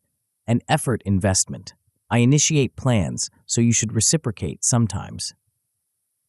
In families, they often center on roles. As the oldest, you should set an example. Traditions. Everyone attends holiday gatherings. And support levels. Parents should help financially when needed. In romantic relationships, they frequently involve time allocation. Weekends are for us, emotional labor, you should know when I'm upset without me saying so, and future commitments. This relationship is heading toward marriage. What makes these contracts particularly sticky is that they often provide emotional payoffs beyond their practical function. Fulfilling an unspoken expectation might bring guilt relief. I've done my duty, status boost, I'm the responsible one, or identity reinforcement. This proves I'm a good partner. These emotional rewards make us even more resistant to examining and potentially changing the underlying agreements. Loss aversion further complicates renegotiation because giving up even the possibility of a benefit feels like losing something certain. If you've assumed your partner will always handle a particular responsibility, discussing a more balanced arrangement feels like losing a guaranteed service, even if it was never explicitly promised. This explains why people often react disproportionately to suggested changes in relationship patterns. They're experiencing the psychological pain of perceived loss. The key to overcoming this resistance is reframing renegotiation as gain-seeking rather than loss-accepting. Instead of focusing on what you might give up in a clearer agreement, direct attention to what everyone gains: reduced resentment, increased trust, more reliable outcomes, and the satisfaction of arrangements that truly work for all involved. This reframing becomes easier when you map the status quo triggers that keep problematic patterns in place. Often, the comfort of routine outweighs concerns about fairness or effectiveness. We continue inequitable divisions of responsibility not because we believe they're fair, but because they're familiar and predictable. The default effect, our tendency to stick with preset options, powerfully influences everything from household chores to financial arrangements. Recognizing these bias patterns allows you to approach agreement making more consciously. Rather than allowing psychological forces to dictate your relationship terms, you can implement what Kahneman calls decision hygiene, structured processes that reduce noise and improve judgment quality. One simple hygiene practice is independent idea listing before discussion. When addressing a shared decision or agreement, have each person write down their thoughts separately before comparing notes. This prevents the first speaker from anchoring the conversation and ensures all perspectives receive consideration. Similarly, simple weighting systems can cut through the random swings in how we evaluate options. If you're deciding how to handle a shared responsibility, each person might rate potential arrangements on criteria like fairness, efficiency, and personal preference, using a consistent scale. This structured approach reduces the influence of momentary moods or recent events on important decisions. With these foundational insights in place, you can begin transforming hidden contracts into clear agreements using a simple but powerful tool, the 3-column worksheet. This approach makes implicit expectations explicit through a structured process of reflection and negotiation. In the first column, I assume, each person documents their current assumptions about the arrangement in question. Who does what? Who decides what? Who is responsible for what? In the second column, I need, they identify what truly matters to them about this area, their core needs rather than specific implementation preferences. In the third column, we agree, they collaborate to create explicit terms that address both parties' and their needs while clearing away problematic assumptions. This process works for agreements of all types, from weekend planning protocols to money lending boundaries to shared resource usage. The key is moving from unstated expectations to explicit terms that both parties genuinely understand and accept. The effectiveness of this approach depends partly on understanding the social value orientation of everyone involved. Research published in PLOS ONE in 2024 found that prosocial individuals, those who naturally prioritize collective outcomes, reported higher perceived contract fairness and relationship quality compared to those with more individualistic orientations. These different orientations require different negotiation approaches. Prosocial individuals respond well to emphasis on mutual benefit and relationship harmony. More individualistically oriented people may need clearer focus on personal advantages and explicit reciprocity. By calibrating your tone and framing to match the other person's orientation, you increase the likelihood of reaching agreements that feel satisfying to everyone. Once you've established clear terms, pre-commitment tools help ensure consistent follow-through. These tools create structure that supports intention, preventing the common gap between what we agree to do and what we actually do when emotions or competing priorities arise. Bright lines and deadlines provide unambiguous boundaries that reduce decision fatigue and minimize interpretation differences. Calendar invites for regular check-ins, spending caps for shared expenses, or designated device-free times are examples of bright line agreements that leave little room for misunderstanding. For additional accountability, consider stakes that leverage loss aversion productively. The double or donate approach creates consequences for agreement violations. If you break the terms, you either double your contribution to a shared goal or donate to a cause you support. This transforms the abstract cost of breaking an agreement into a concrete consequence that motivates consistency. Behavioral defaults further strengthen follow-through by changing the path of least resistance. Consider the difference between opt-out versus opt-in arrangements for recurring responsibilities. An opt-out system assumes participation unless someone actively withdraws, while an opt-in system requires active confirmation each time. The default option typically prevails, so designing defaults thoughtfully can significantly influence behavior patterns. Sometimes you want to increase friction to discourage certain behaviors. Other times, you want to remove friction to encourage follow-through. For example, you might add friction to impulse purchases by requiring a 24-hour consideration period, while removing friction from regular communication by establishing a weekly check-in that doesn't require special scheduling. Even the best agreements require ongoing trust maintenance and periodic updates.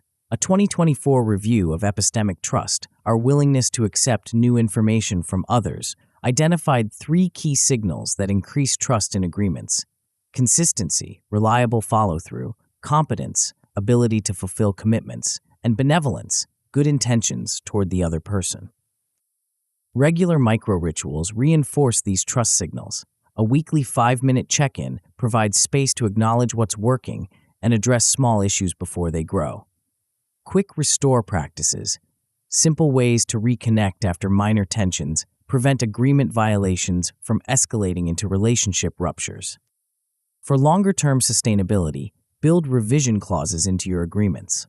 A monthly contract retro meeting creates space to review how arrangements are working and make adjustments as needed. Having graceful exit language for outdated terms makes it easier to evolve agreements as circumstances change, reducing the tendency to cling to arrangements that no longer serve their purpose. To begin implementing these principles immediately, try the expectation audit exercise.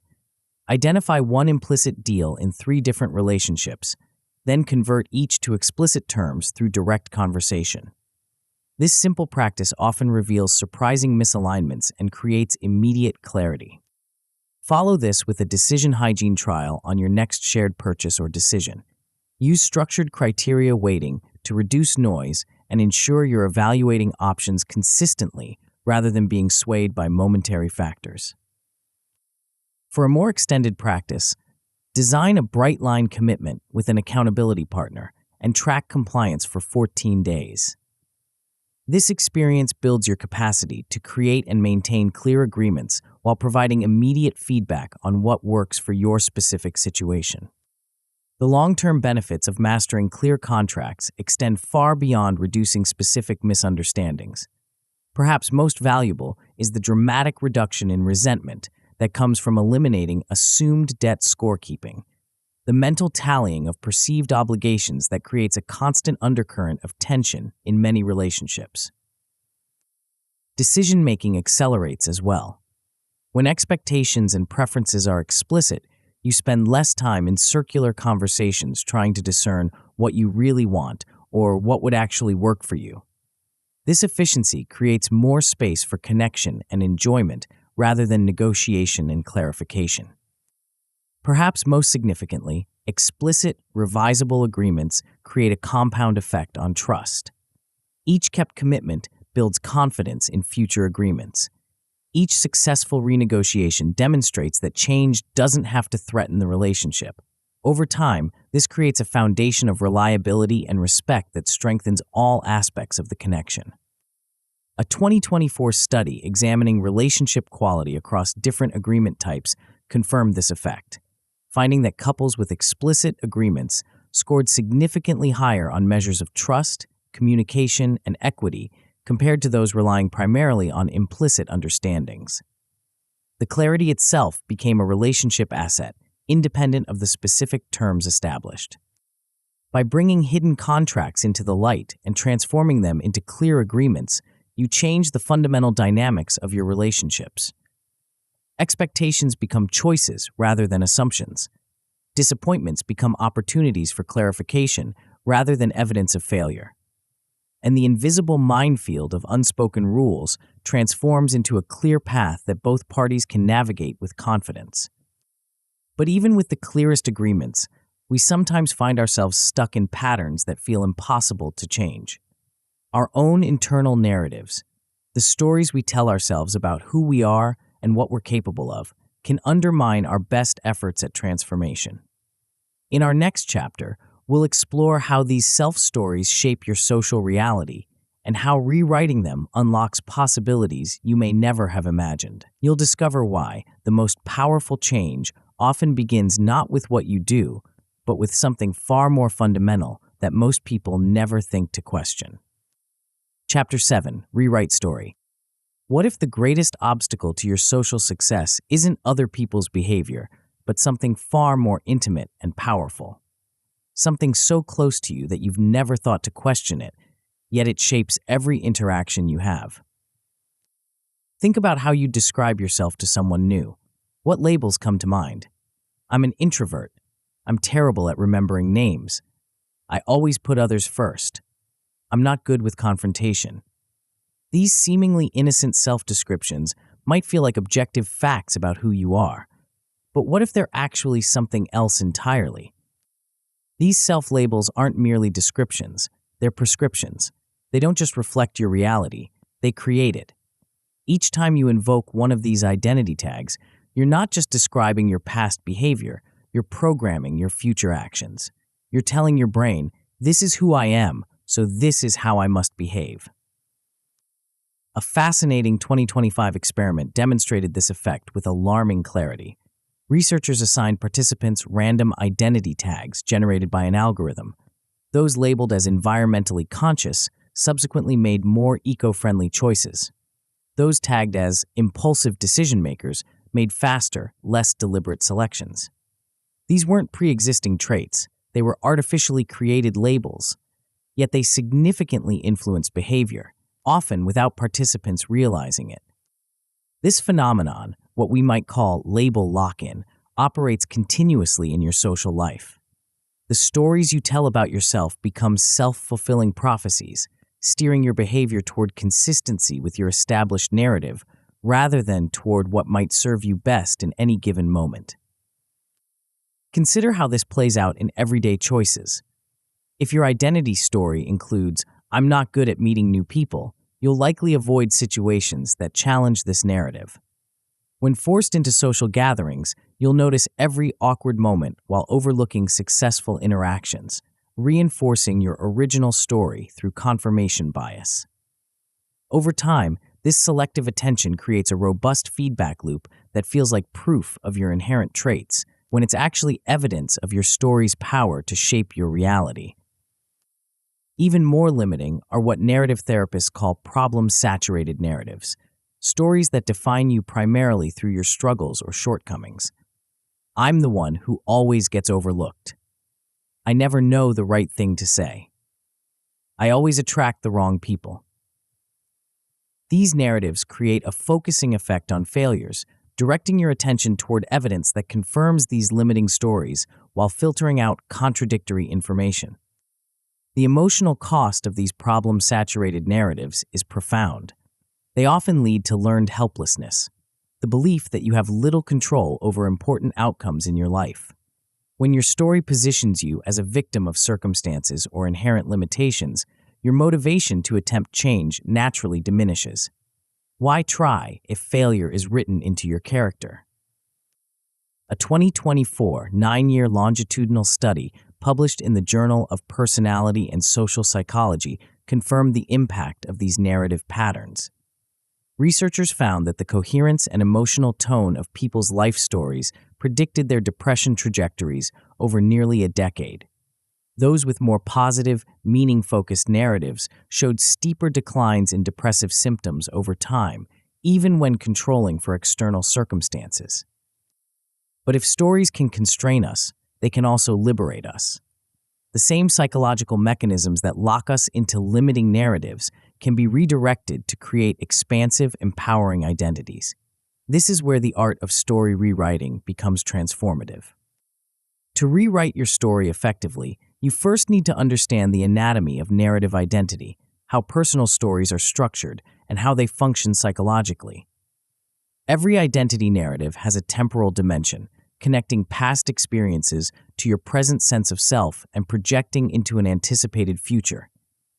This past, present, future line creates continuity and meaning, helping you make sense of your life as a coherent journey rather than a series of disconnected events. Within this timeline, certain experiences stand out as key turning points, moments when your path shifted in significant ways. How you interpret these turning points profoundly shapes your overall narrative. Do you see them as random accidents, cruel twists of fate, or meaningful opportunities for growth and redirection?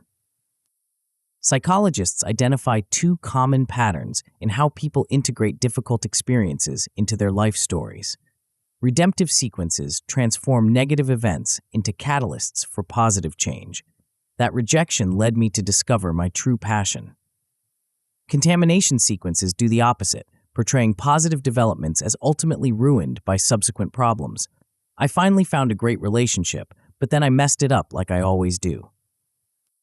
Research consistently shows that people who craft redemptive narratives, finding meaning and growth in difficult experiences, report higher well-being and demonstrate greater resilience when facing new challenges. A meta-analysis of narrative therapy interventions published in 2024 found medium-sized reductions in depressive symptoms, Hedges G 0.55, after 8 weeks of guided narrative work, highlighting the clinical significance of story revision. Your narrative also assigns roles to yourself and others. Are you the hero of your own story, actively pursuing meaningful goals despite obstacles? The victim of circumstances beyond your control? The sidekick in someone else's adventure? The mentor who helps others but neglects your own journey? These role assignments powerfully influence how you approach relationships and challenges. With this understanding of narrative structure, you can begin the process of revision using evidence-based reauthoring tools. One of the most powerful approaches comes from narrative therapy, externalizing the problem. This technique creates separation between you and the patterns that limit you, shifting from "I am the problem" to "the problem is the problem."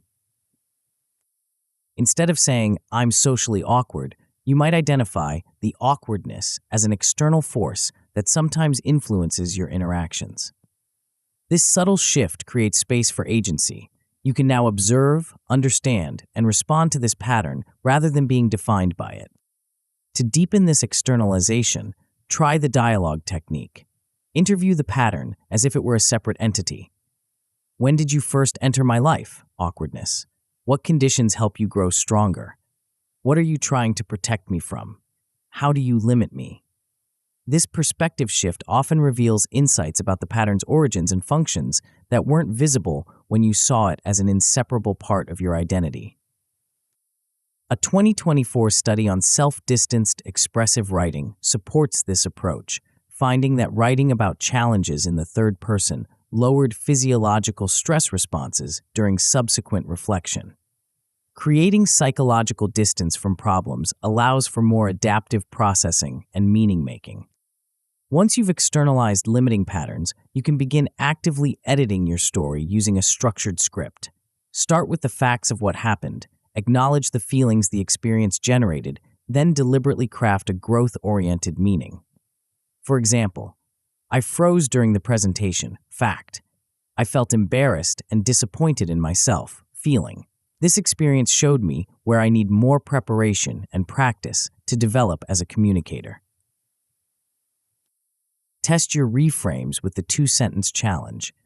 Can you summarize the revised meaning of a difficult experience in just 2 sentences? This constraint forces clarity and prevents rumination disguised as reflection. That rejection taught me about the importance of authentic connection. I now recognize when I'm trying too hard to impress rather than genuinely connecting. While revising past stories is powerful, equally important is authoring a compelling future narrative. The best possible self-letter is a research-validated technique that enhances optimism and motivation. Imagine yourself 3 years in the future, having successfully navigated current challenges and made significant progress toward your goals. Write a detailed letter from this future self, describing what your life looks like, how you overcame obstacles, and what wisdom you've gained. A 2025 trial found that this intervention raised positive affect by 0.42 standard deviations among adolescents, with gains sustained at 4-week follow-up. The key to maximizing impact is including sensory anchors for vividness, specific details about what you see, hear, feel, and experience in this positive future. These sensory elements make the future self more concrete and accessible, strengthening its motivational pull.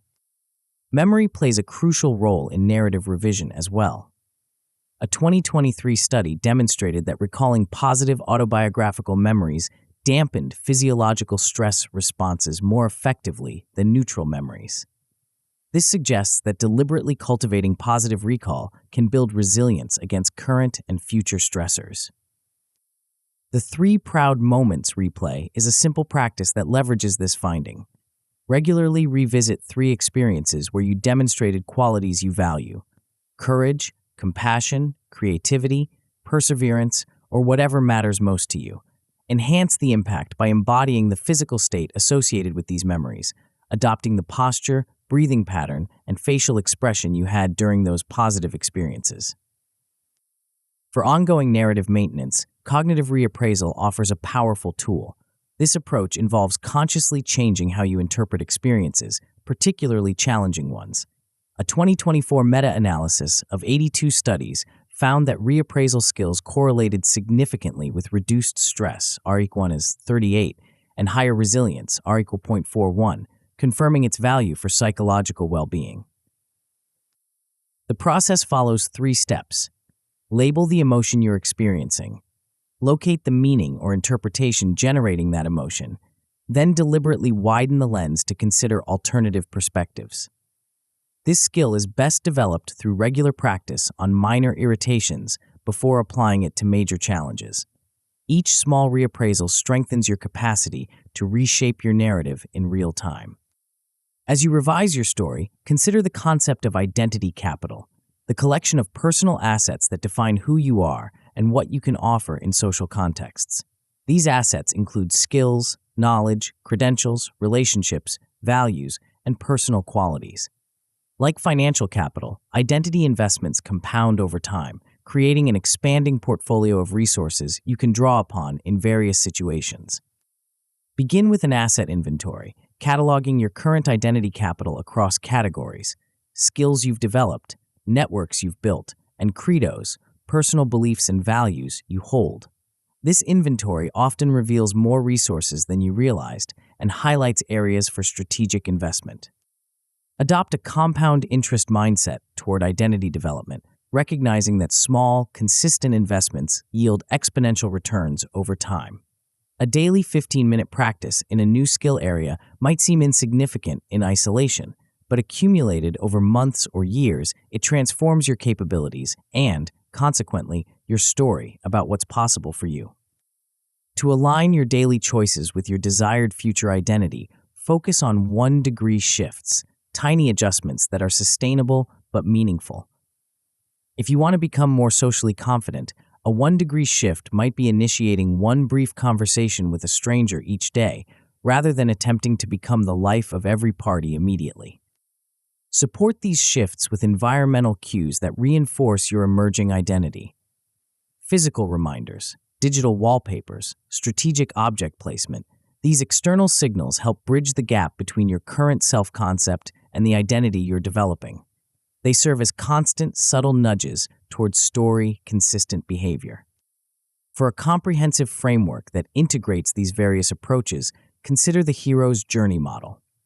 Popularized by mythologist Joseph Campbell and adapted by psychologists, this framework reframes personal development as an epic quest rather than a problem-solving exercise.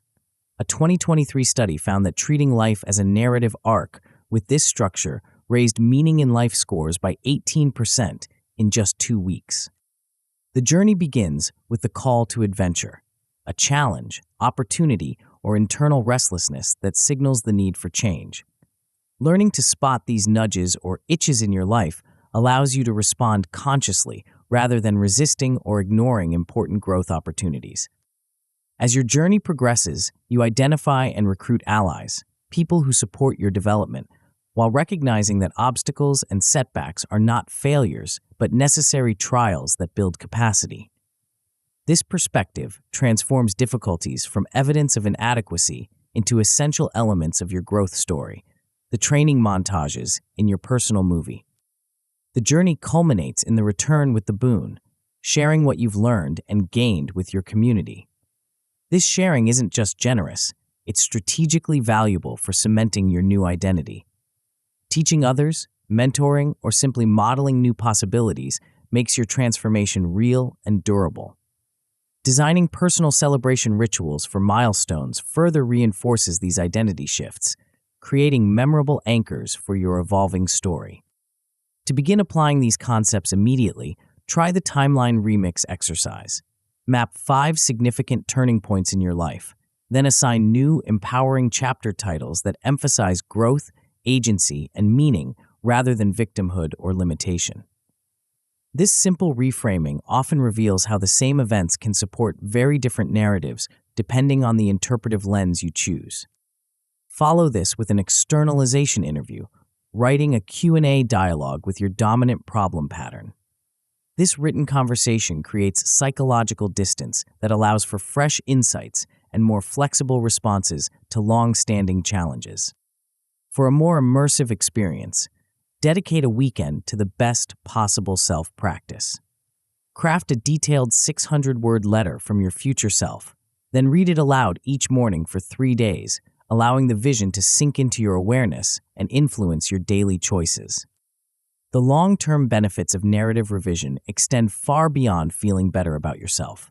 Research shows that people with coherent, growth-oriented life stories demonstrate greater resilience when facing setbacks, recovering more quickly, and extracting valuable lessons from difficulties. They also experience greater motivational clarity, as goals naturally align with their revised identity rather than conflicting with their self-concept. Perhaps most significantly, the positive ripple effects extend to others. A coherent personal narrative enhances both empathy and leadership presence. When you understand the complex story of your own development, you become more attuned to others' journeys. And when you embody a clear, compelling narrative, you naturally inspire others through your congruence and purpose.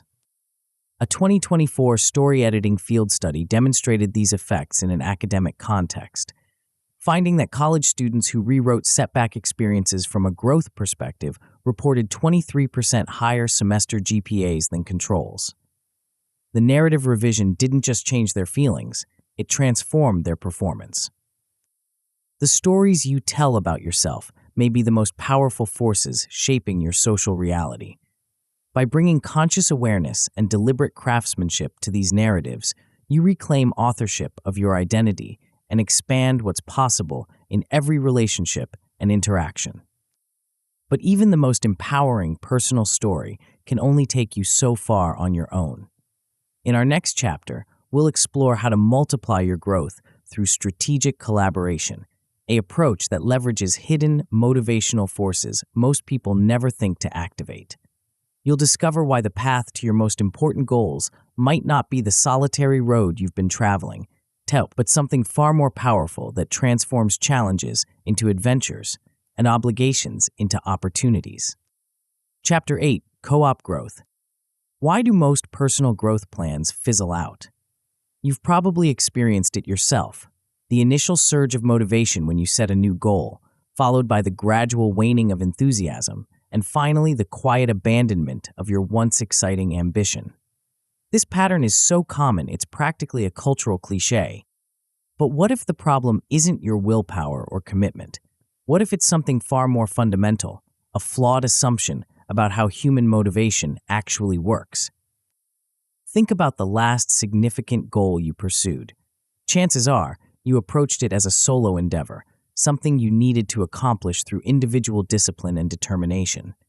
This approach seems logical. After all, personal growth is, well, personal. If you want to develop a new skill, build a better habit, or overcome a limitation, surely that's work you need to do yourself. Yet this solitary approach contradicts everything we know about human psychology and performance. We are, at our core, social creatures. Our brains evolved not for isolated achievement, but for collaborative survival and growth. When we ignore this fundamental aspect of our nature, we set ourselves up for failure before we even begin. The evidence is striking. A 2023 Guardian report found that goal success jumped to an astonishing 95% when people incorporated regular check-ins with an accountability partner, compared to significantly lower rates for those going it alone. A Berkeley study the following year showed that participants with social incentives logged 35% more progress toward fitness goals than those with solo reward systems. These aren't small effects. They're game-changing differences that can determine whether you achieve your ambitions or add them to the pile of abandoned aspirations. But why exactly do solo plans fail so consistently? The first culprit is motivation decay. Willpower isn't a constant resource. It leaks away without external reinforcement. In isolation, your enthusiasm naturally diminishes as the initial excitement of a new goal gives way to the reality of consistent effort. Without someone else witnessing your journey, acknowledging your progress, and helping you navigate obstacles, even the strongest initial motivation eventually dissipates. This decay accelerates in a social comparison vacuum. Humans naturally gauge their progress relative to others. Without reference points, it becomes difficult to maintain momentum or accurately assess your development. Are you progressing quickly or slowly? Is your approach effective or inefficient? Without comparative feedback, these questions remain unanswered, creating uncertainty that undermines persistence. There's also a hidden opportunity cost to solo growth pursuits. Every hour spent in isolated practice is an hour not invested in building relationships that could exponentially accelerate your progress. The time you spend struggling alone could instead create bonding dividends that enhance both your skill development and your social capital. But simply adding a social element to your goals isn't enough. To truly harness the power of collaborative growth, you need to understand the psychological engines that drive sustained motivation and engagement.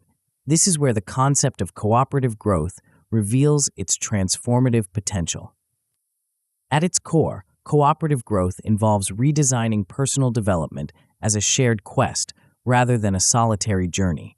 It transforms what might be tedious individual work into an engaging multiplayer game where everyone levels up together. This approach doesn't just make growth more enjoyable, it makes it dramatically more effective. The theoretical foundation for this approach comes from the Octalysis gamification framework, which identifies 8 core drives that motivate human behavior. Understanding these drives allows you to design growth experiences that tap into multiple motivation sources simultaneously, creating resilient engagement that persists even when one motivational channel weakens. The first core drive is epic meaning and calling, the belief that you're part of something larger than yourself, contributing to a significant purpose. When pursuing goals alone, this sense of meaning often remains abstract or intellectual. In a cooperative context, it becomes tangible and reinforced through shared values and mutual commitment. You can activate this drive by crafting a collective why statement that connects individual goals to a larger purpose. Perhaps your writing group isn't just working on individual projects, but creating stories that challenge perspectives and expand empathy. Maybe your fitness buddies aren't just exercising, but building resilience that radiates into every area of life. Taking this further, naming your collective quest and giving it backstory, even with a touch of playful exaggeration, triggers the narrative-seeking part of your brain. Project Phoenix or Operation Reinvention feels more compelling than my self-improvement plan. This isn't mere wordplay. It's strategic activation of motivational circuits that evolved for tribal cooperation and shared meaning-making. The second core drive, development and accomplishment, focuses on progress, skill mastery, and achievement. In solo pursuits, accomplishments often go uncelebrated or receive only brief acknowledgement. In cooperative settings, progress becomes visible, validated, and amplified through shared recognition. Creating visible experience, XP bars, or progress trackers, transforms abstract advancement into concrete visual feedback. Micro badges for milestone achievements, whether physical tokens, digital awards, or simply acknowledged levels, satisfy the deep human desire for recognition and status markers. When these achievements are celebrated publicly within your growth group, their motivational impact multiplies.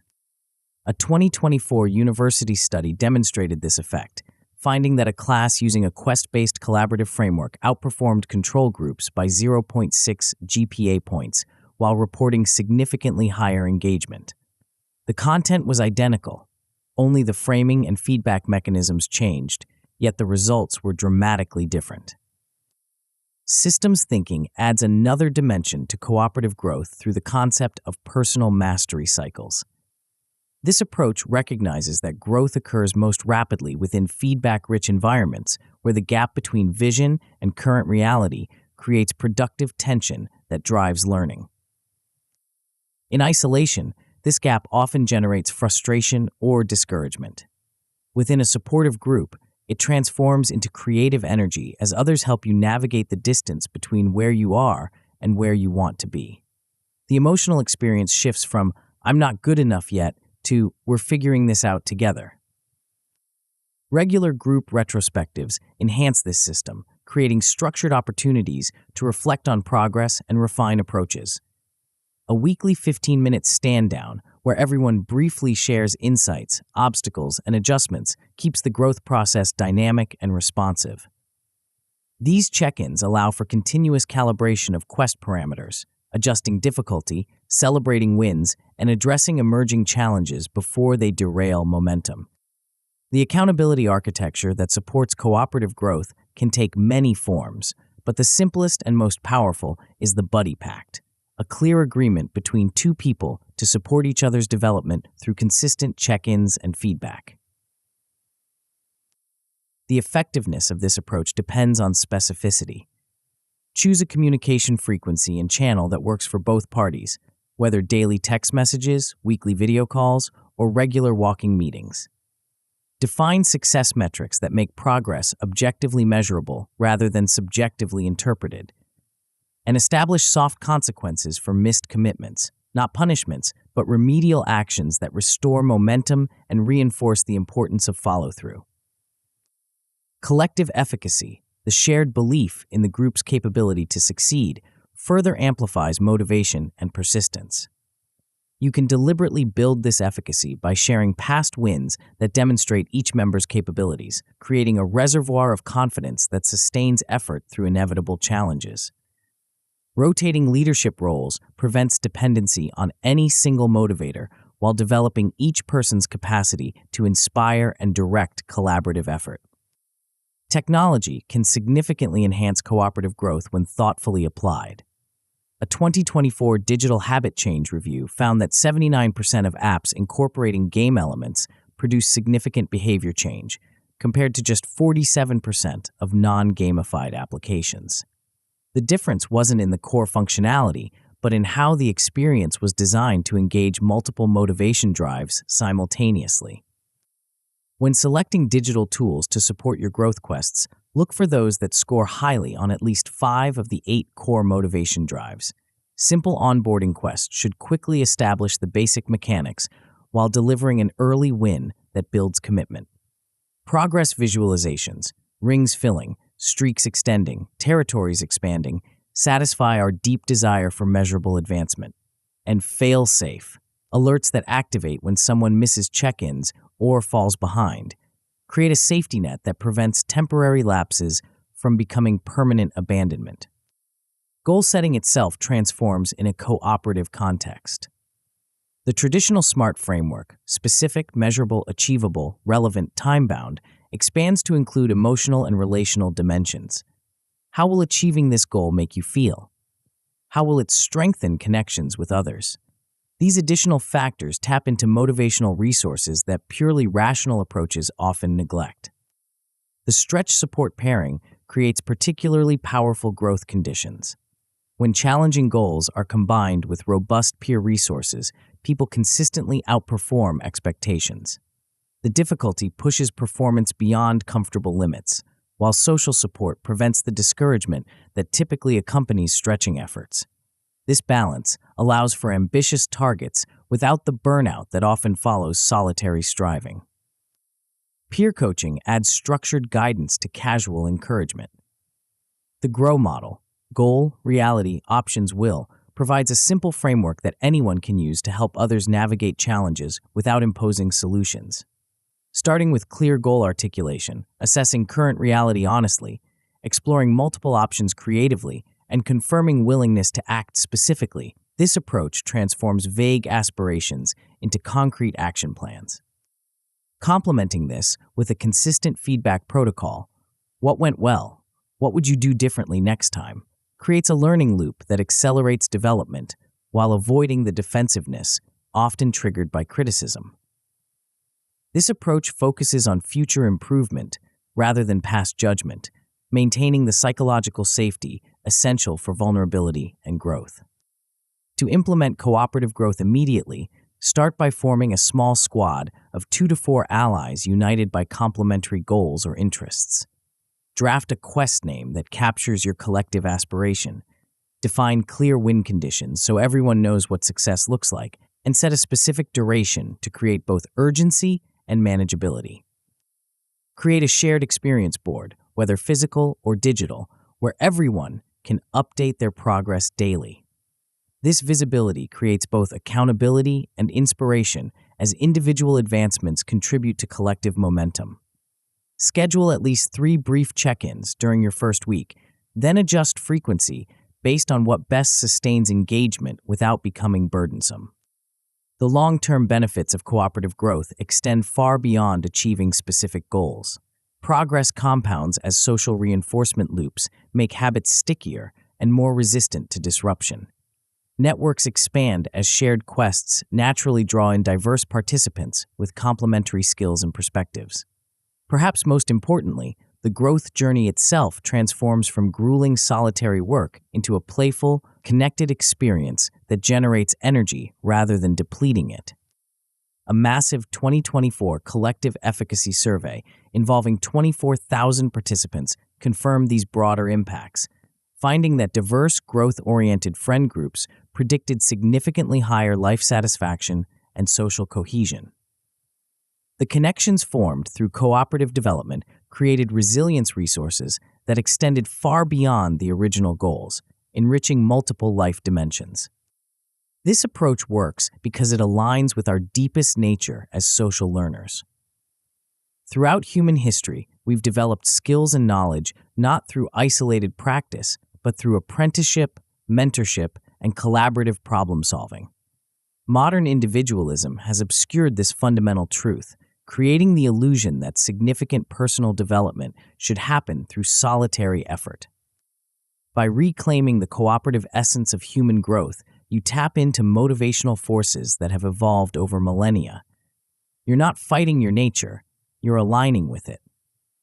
The struggle isn't eliminated. Meaningful growth always requires effort, but it's transformed from isolated grinding to connected striving that feels purposeful and energizing. A 2023 meta-analysis of workplace peer coaching confirmed these effects, finding medium to large improvements in both performance and well-being when development occurred in collaborative contexts rather than individual training.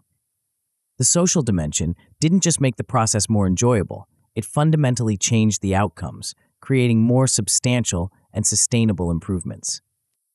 The most powerful aspect of cooperative growth may be how it transforms identity development. When you pursue significant change alone, you're working against your existing self-concept with limited external reinforcement for your emerging identity. Within a supportive group, new aspects of your identity receive continuous validation, accelerating integration and reducing the internal resistance that often sabotages solo change efforts. This doesn't mean abandoning personal responsibility or becoming dependent on others' approval. Rather, it means recognizing that humans naturally develop in relationship and designing your growth pursuits to leverage this fundamental aspect of psychology rather than fighting against it. The next time you set an important goal or commit to developing a new capability, resist the cultural default of solitary striving. Instead, consider who might join you in a mutual growth quest.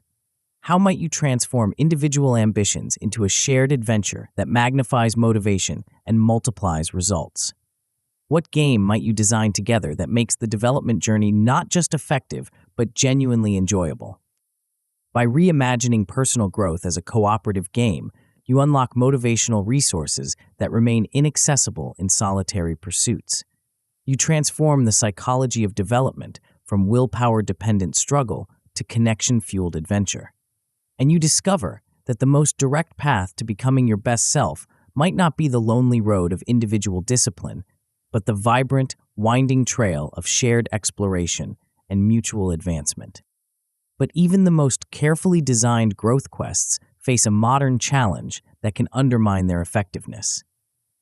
In our next chapter, we'll explore how the digital environment we inhabit creates unique obstacles to authentic connection and sustained attention, and how mastering a specific set of boundaries and practices can transform your relationship with technology from a source of fragmentation to a powerful ally in your social development. You'll discover why the most important digital skill isn't technical proficiency, but something far more fundamental that few people have learned to cultivate in our always connected world.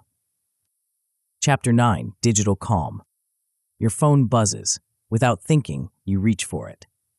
A notification, a message, breaking news. Something demands your attention. Before you know it, 20 minutes have vanished as you've scrolled through an endless feed of information, much of it disturbing, little of it relevant to your actual life. Sound familiar? We live in an age of unprecedented connectivity. The devices we carry give us instant access to virtually all human knowledge and allow us to communicate with anyone, anywhere, at any time. This technological marvel promised to bring us closer together, to make us more informed, more connected, more fulfilled. Yet for many people, the reality has been quite different. Instead of feeling more connected, they feel increasingly isolated. Instead of being better informed, they feel overwhelmed by information overload. Instead of greater fulfillment, they experience rising anxiety and diminished focus. What went wrong?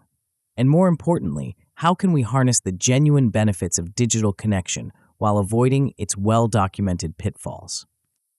The answer lies not in rejecting technology outright, but in developing a more intentional relationship with it, one that serves your well-being and deepens your connections rather than undermining them.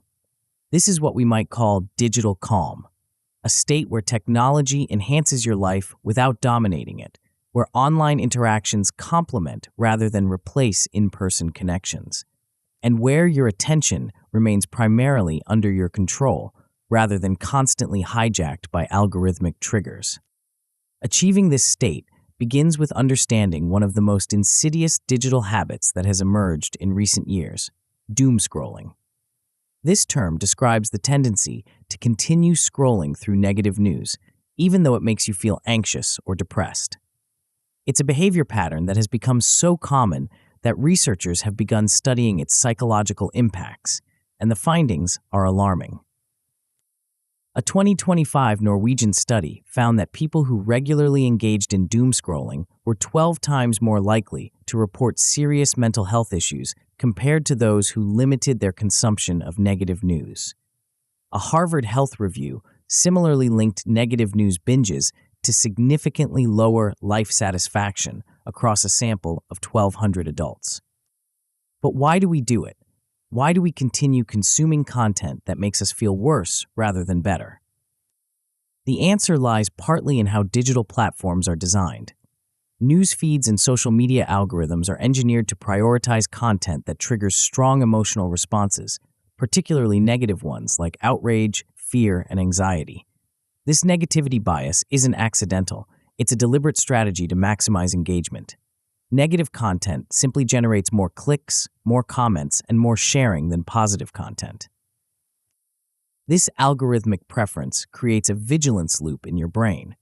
As you consume negative news, your body releases cortisol, the primary stress hormone, preparing you for potential threats. This state of physiological arousal makes you more alert to additional negative information, which the algorithms promptly supply. The blue light from your screen further suppresses melatonin production, keeping you awake and engaged in this unhealthy cycle. Breaking this loop requires recognizing the signals that indicate you've entered a doom scroll state. Physical cues like a clenched jaw, shallow breathing, or tension in your shoulders often precede conscious awareness that you're being negatively affected.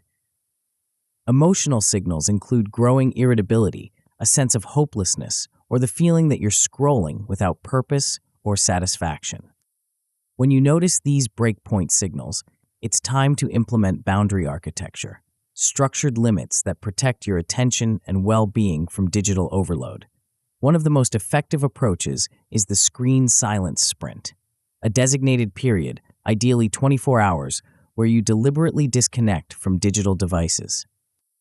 A 2025 randomized controlled trial found that a structured digital detox reduced daily smartphone use by an average of 1 hour and 45 minutes, while significantly improving mood and sleep quality. The key to success wasn't willpower, but preparation, having a clear protocol for how to handle the detox period and what to do instead of reaching for devices. Pre-commitment tools like focus modes, app limits, and even physical device lockboxes create external constraints that support your intentions when willpower inevitably wavers. These tools aren't admissions of weakness, but recognition of how human psychology actually works. We all benefit from environmental supports for our goals. Between full detoxes, feed curation becomes essential. Apply the 3-filter rule to your digital consumption. Assess the intent behind the content. Is it designed to inform or manipulate? Its likely impact on your mental state. Will it leave you energized or depleted? And whether it promotes inclusion or division. Does it build bridges or walls? Content that fails these filters doesn't deserve your precious attention. Actively replace doom sources with growth-oriented accounts that share knowledge, inspiration, or practical skills. This isn't about avoiding reality, but about consuming information in proportions that reflect actual probabilities rather than algorithmic distortions of what's happening in the world. Beyond managing consumption, digital calm requires mastering communication in text-based environments where traditional social cues are absent. A 2024 tone mismatch study found that text message ambiguity triggered defensive attributions in 63% of exchanges, meaning nearly 2/3 of the time people assumed negative intentions when messages were unclear. To prevent these misunderstandings, implement an intent check before sending important messages. Take a moment to articulate your goal in one sentence. I want to clarify plans without pressuring them, or I'm expressing appreciation for their help. This simple practice aligns your communication with your actual intentions rather than leaving interpretation entirely to the recipient. Consider whether your message needs emoji amplification or dial down based on its emotional content and your relationship with the recipient. Messages that might seem cold or abrupt often benefit from warmth indicators like a simple smile emoji, while emotionally charged communications sometimes need toning down to prevent overwhelming the recipient. Clarity templates further reduce misinterpretation. The ask, context, question model provides a reliable structure. I'm reaching out about Saturday's event. Ask. I'm trying to coordinate transportation. Context. Would you prefer to drive separately or go together? This approach gives recipients the information they need to respond appropriately without guessing your purpose. For visual communication, timing matters. GIFs and stickers can enhance emotional connection, but their impact depends on when they're used. Early in conversations, they can establish tone and build rapport. During serious discussions, they're best used sparingly to acknowledge emotions without derailing focus. After resolving issues, they can celebrate resolution and reinforce positive feelings. Digital communication becomes even more complex when it crosses neurological differences. The double empathy problem, highlighted in 2024 research, explains why autistic and non-autistic people often misunderstand each other online. It's not a one-sided deficit, but a mutual challenge in interpreting different communication styles. Building neurodiverse bridges starts with creating a shared glossary for potentially confusing terms or phrases. What one person means by urgent or soon might differ dramatically from another's interpretation. Making these differences explicit prevents unnecessary friction. The meta comment option provides another valuable tool, explicitly stating your intention alongside your message. The following question is purely informational, not a criticism, or I'm expressing excitement here, not trying to pressure you. These clarifications prevent recipients from projecting negative intentions onto neutral communications. Signal matching further enhances cross-neurotype understanding. Take note of others' emoji and graphicon preferences. Some people use them extensively, others sparingly, and some have specific meanings for particular symbols. Mirroring their style, without exact mimicry, demonstrates respect for their communication preferences and reduces friction. For some interactions, explicitly agreeing to a slower pace can transform the experience. Not every message requires an immediate response, and acknowledging this upfront releases both parties from the pressure of constant availability. I might be slow to respond sometimes, but I always read your messages, sets expectations that prevent misinterpreting delays as rejection. Group chats present their own challenges, often becoming sources of overwhelm or social tension without proper governance. A 2023 survey found that being ignored in group chats elevated loneliness scores by 25%, highlighting how digital neglect creates real emotional impact. Establishing clear norms prevents many common problems. Designate quiet hours when notifications are muted. Create explicit reply-all etiquette. When is it necessary versus when is a direct reply sufficient? And establish opt-in subthreads for niche topics that don't interest everyone. These structures allow the convenience of group communication without the chaos that often accompanies it. Even with good governance, sometimes you need to step away from a group chat.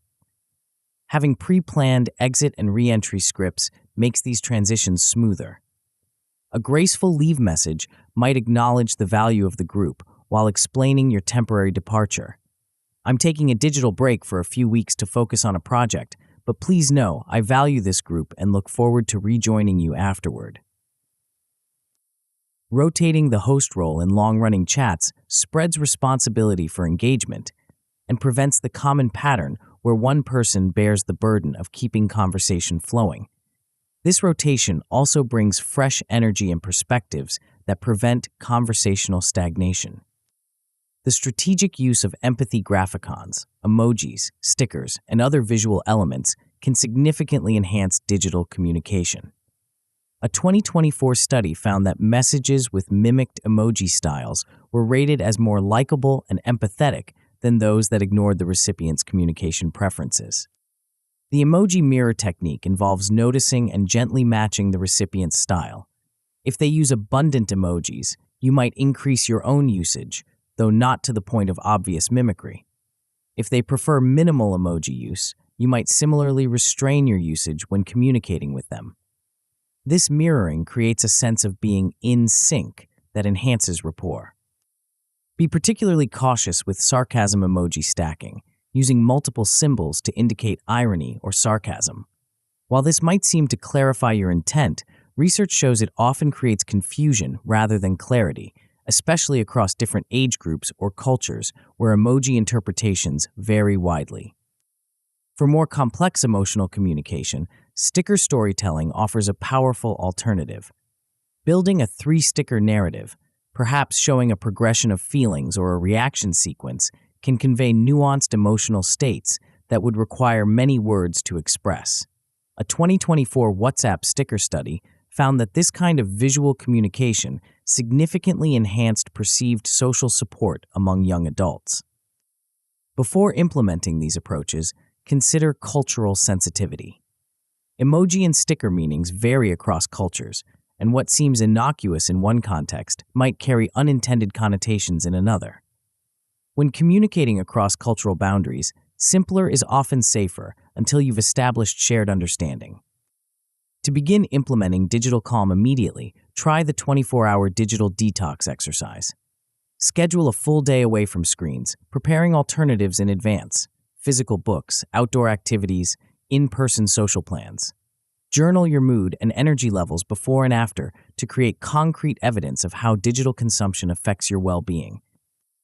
Follow this with the Clarity Rewrite exercise. Revisit a recent text exchange that created tension or misunderstanding and rewrite your messages using the templates and techniques discussed. How might the conversation have unfolded differently with these approaches? This retrospective practice builds skills for future interactions. Finally, conduct an emoji empathy experiment by consciously mirroring the emoji style of 5 different people in your digital communications over the next week. Note any shifts in rapport or response quality, paying particular attention to whether conversations flow more smoothly or feel more connected. The long-term benefits of digital calm extend far beyond reduced screen time. People who master these approaches typically report steadier mood states with lower anxiety and fewer sleep disruptions. Their online connections become clearer and more satisfying, with fewer tone misfires and richer emotional exchange. Perhaps most valuable is the time dividend: hours reclaimed from mindless scrolling and digital drama that can be reinvested in high-quality in-person interactions and meaningful pursuits. A 2023 boundary blurring report found that people who successfully separated different aspects of their digital lives, creating clear boundaries between work and personal content, for instance, reported significantly higher engagement with what truly mattered to them and lower rates of burnout.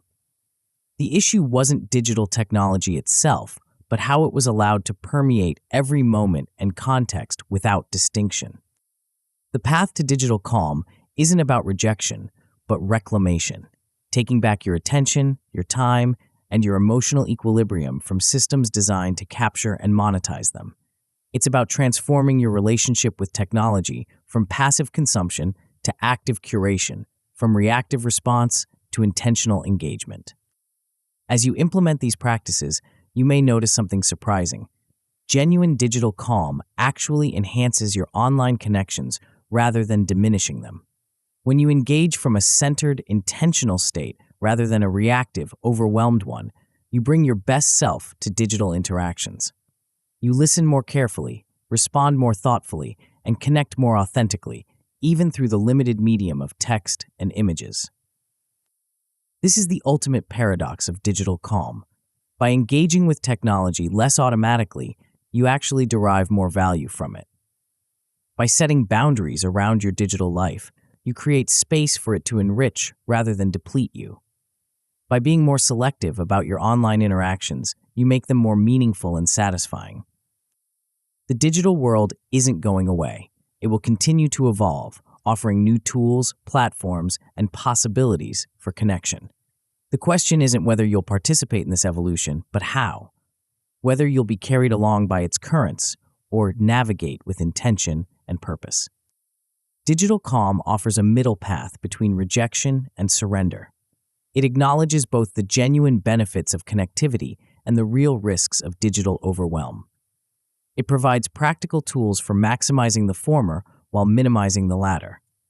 And perhaps most importantly, it returns agency to you, the human being behind the screen, rather than ceding control to algorithms and attention engineers. As you close this book and inevitably return to your digital devices, carry with you this fundamental truth. Technology is meant to serve human connection, not replace it. The most meaningful interactions, the deepest understanding, and the richest growth still happen when we bring our full, undistracted presence to our relationships, whether mediated by screens or experienced face-to-face. The skills you've developed throughout these chapters, spotting scripts, building strokes, granting permission, cooling conflict, sparking curiosity, creating clear contracts, rewriting stories, and fostering cooperative growth, all find their fullest expression when your attention isn't fragmented by digital distraction. Digital calm creates the space for these capacities to flourish, allowing you to bring your most authentic, connected self to every interaction. This is the ultimate integration, the moment when all 9 elements of social mastery come together in a unified approach to human connection.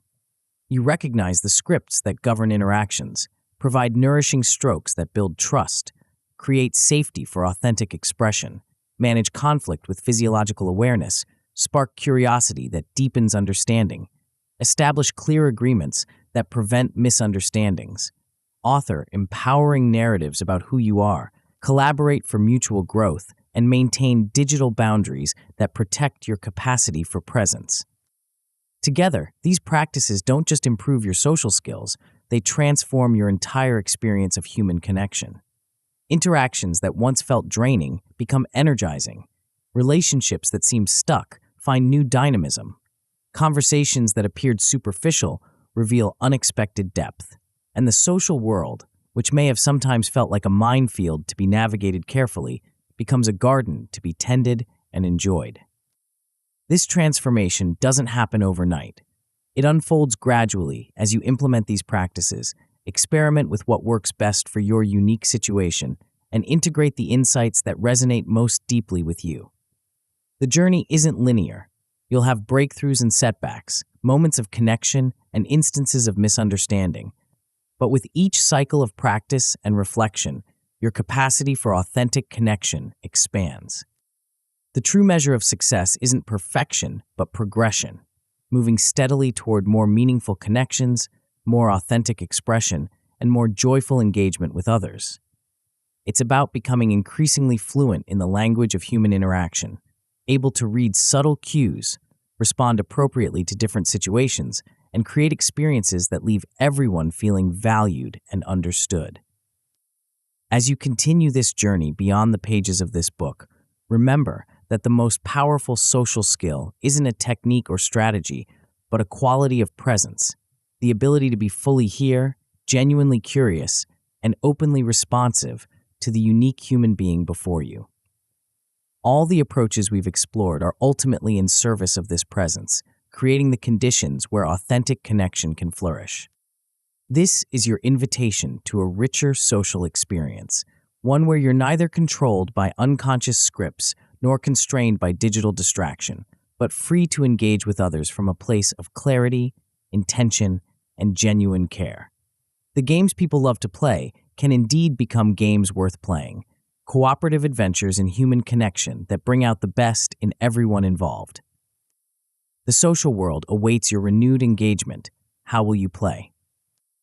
As you step forward with these new social skills, you'll quickly discover that your ability to connect deeply with others depends on another crucial element: your capacity to express yourself with precision and impact. Even the most insightful thoughts remain trapped within you if you can't articulate them effectively. This is where many people hit an invisible ceiling in their relationships and influence. The difference between being understood and being overlooked often comes down to the words you choose and how you deliver them. For those ready to complete their transformation and truly master the art of human connection, the audiobook, Words Are Power: How to Be Articulate, provides the missing piece that will amplify everything you've learned here, turning your social insights into compelling communication that others can't ignore or forget. Tap the center of the video now to continue your transformation journey.